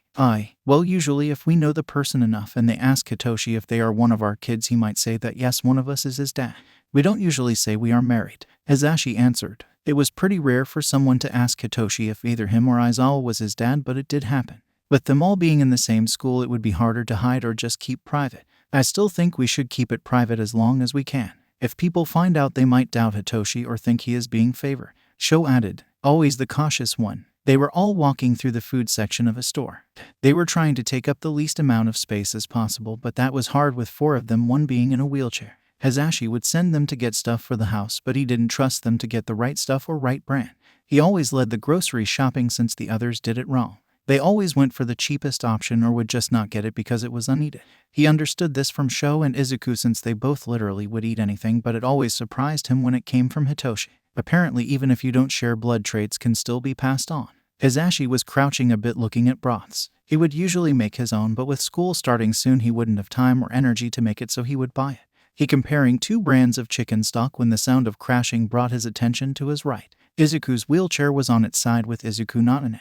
Instead, the kid had a man face down with an arm behind his back. Izuku's knee was on the guy's back. The man was pretty calm, taking deep breaths while not struggling. The man started trying to apologize. Izuku looked both angry and scared. After a moment of shock, Sho jumped forward. Hey Izuku, it's okay. You are safe. Can you let go of the man? Sho said in a gentle voice. By Izuku's unresponsiveness, he was probably in a flashback. There had been a few instances after the coma when Izuku would have a flashback that usually ended with one of the Yamada Aizawa family members in a similar position to the man on the floor. Hisashi would admit the only reason it did for Aizawa and Hisashi is because they didn't want to hurt the kid and understood it wasn't something he could control. The one thing that seemed to work each time was calling the kid Green Cherub, but they were in public, so they had to find another way. Hisashi, handing Hitoshi the basket of goods, stepped forward, deciding to sacrifice himself. He grabbed Izuku's shoulder, causing the kid to turn scarily fast, then push off the other guy, pouncing on Hisashi instead. If he wasn't a trained hero, he wouldn't have been able to protect himself. He let Izuku tackle him. Izuku had twisted himself onto Hisashi's back and had an arm around Hisashi's neck in a good chokehold. Hisashi was on his stomach on the ground. The only scary part to Hisashi was that if Izuku was in a flashback, he might be fighting for his life. He had to defuse the situation. This became more apparent when Izuku started tightening his chokehold, actually strangling Hisashi. Sho, who was damage controlling, ran to Hisashi's aid, getting close to Izuku so his face would be the only face he saw before half yelling. Izuku, stop. You need to stop, Sho said in his most solid tone. Just as Hisashi was about to pass out, the hold loosened and he was dropped. Hisashi started coughing while gasping for air. He felt the weight of the kid leave his back. He sat up, leaning against the store shelf. He hated flashback after math. Hitoshi was kneeling in front of him. Pops, you okay? He had a hand on his shoulder. He was going to be a great hero. Yeah, I'm fine, Hisashi said in a strained voice. Looking over, he saw Izuku in his chair again with a 1,000-yard stare facing the shelf while Sho was talking to the angry tackled guy. Hisashi got up off the floor, deciding Sho could handle the guy. He went to Izuku. Moving so he was in the kid's line of sight, he knelt down so they were face to face while giving the kid room. Hey kiddo, what happened? Are you okay? Izuku didn't respond. Hisashi tapped the wheelchair. It was so he didn't touch Izuku, but hopefully the vibrations of the wheelchair would get his attention. The kid looked up, then after a few seconds of staring registered who it was, then averted his gaze. Hey kiddo, are you okay? He asked again in a gentle tone. After a bit, the kid lifted his hands, which were shaking. Izuku signed. Hisashi decided it might be better to sign. I am okay. Are you? There is no need to be sorry. Flashbacks are uncontrollable. Fair point, but he didn't get kidnapped, tortured, then fight his way out. He didn't get impaled like you. This seemed to stop Izuku for a second.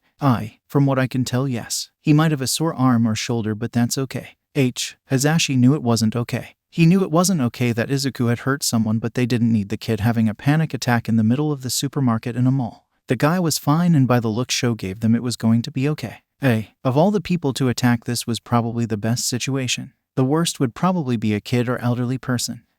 You aren't causing problems. I would apologize to that man though. He isn't pressing charges. Izuku nodded.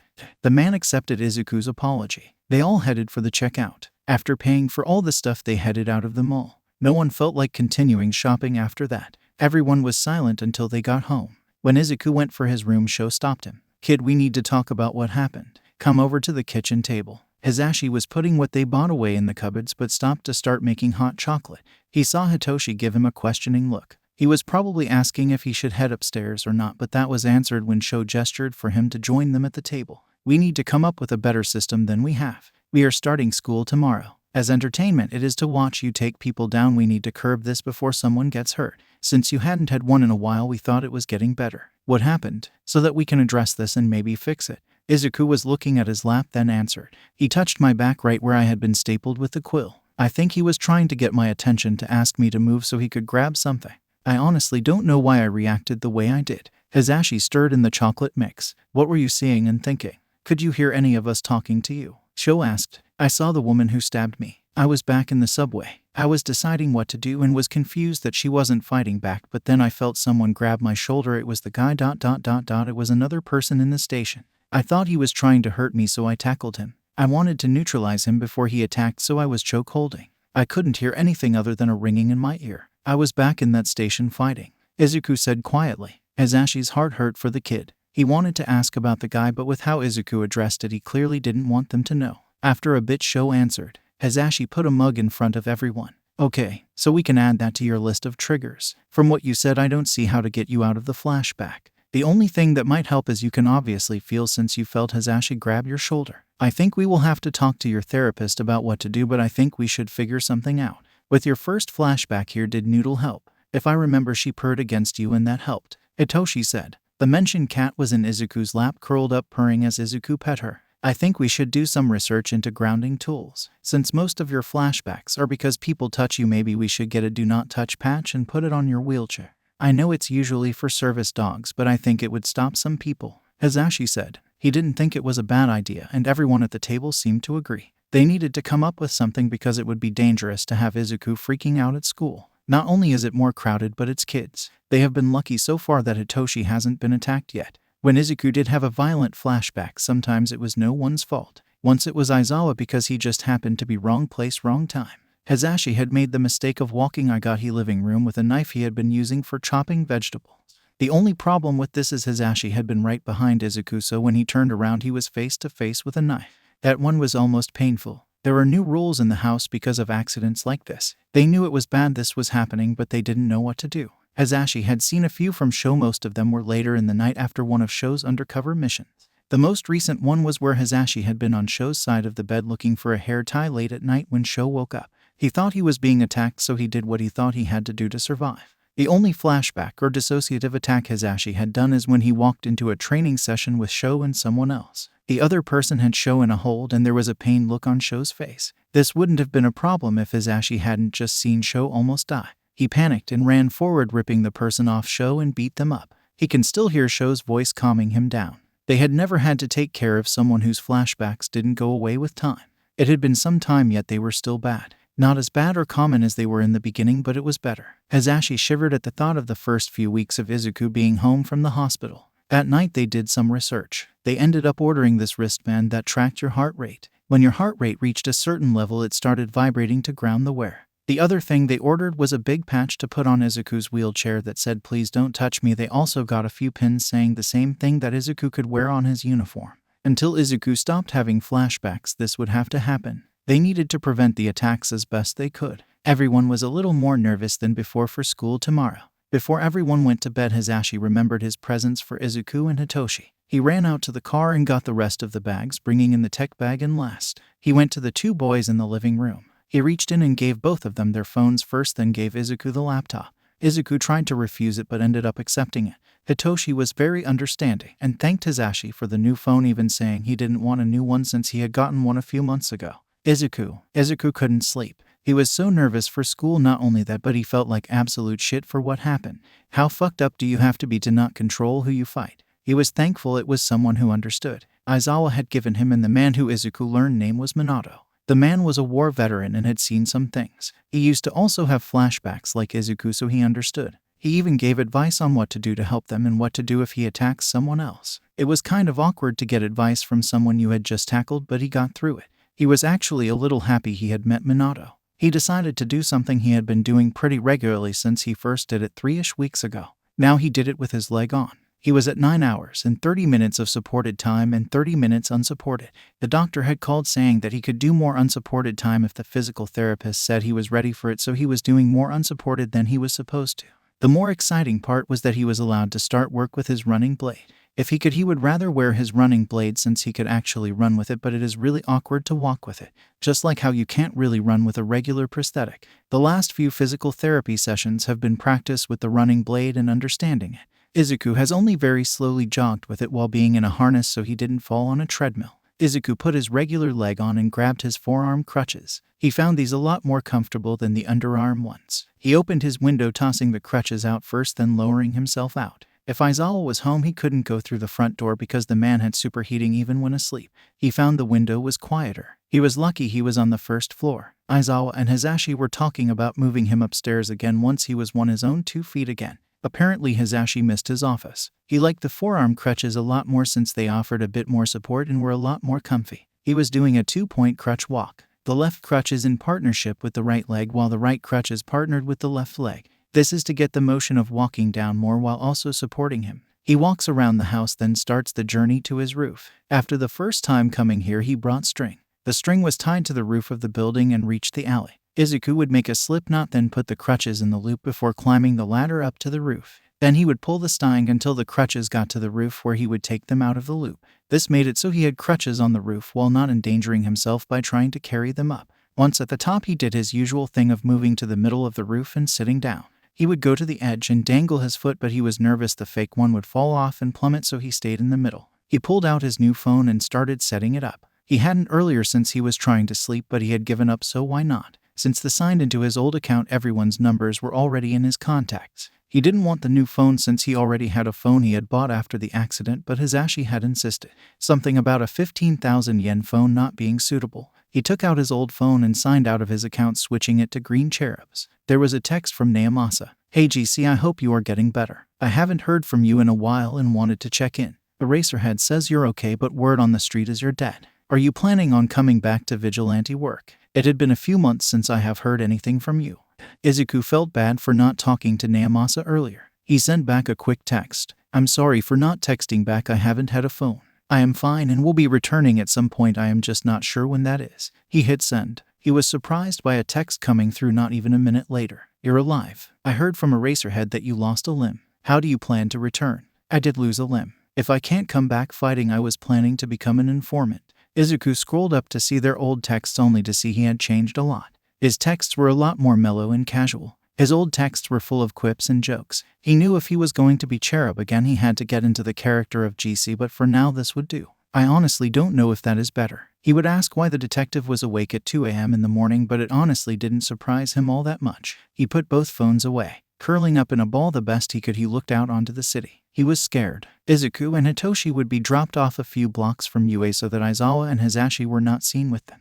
They had all agreed to keep this secret as long as possible. It was safer for everyone if they didn't know they were somewhat a family. Izuku still didn't count himself part of the family. He didn't know if he ever would. By the look on Hitoshi's face, he was also scared. He knew Hitoshi was nervous about being judged for his quirk, and just being in 1A there would be a lot of attention on him. Izuku was scared because he hadn't been to school for 3 years. He hadn't left the school on good terms either. He didn't know how it would go. UA was a hero school, so it should be different. Also, he won't be with the rest of the student body since he is Neza's student. He will be spending most of his time in Neza's office. It was still scary. He had heard from Hisashi that Bakugo did make it and would be in 1A, but would have a close eye on him. No one would know Izuku is quirkless unless Bakugo said something. Knowing the kid, he probably would. Izuku didn't want to deal with the bullying again. They were at the door of the school. Hitoshi had decided they were not going to hide their friendship, so they walked in together. The noise of students hit them.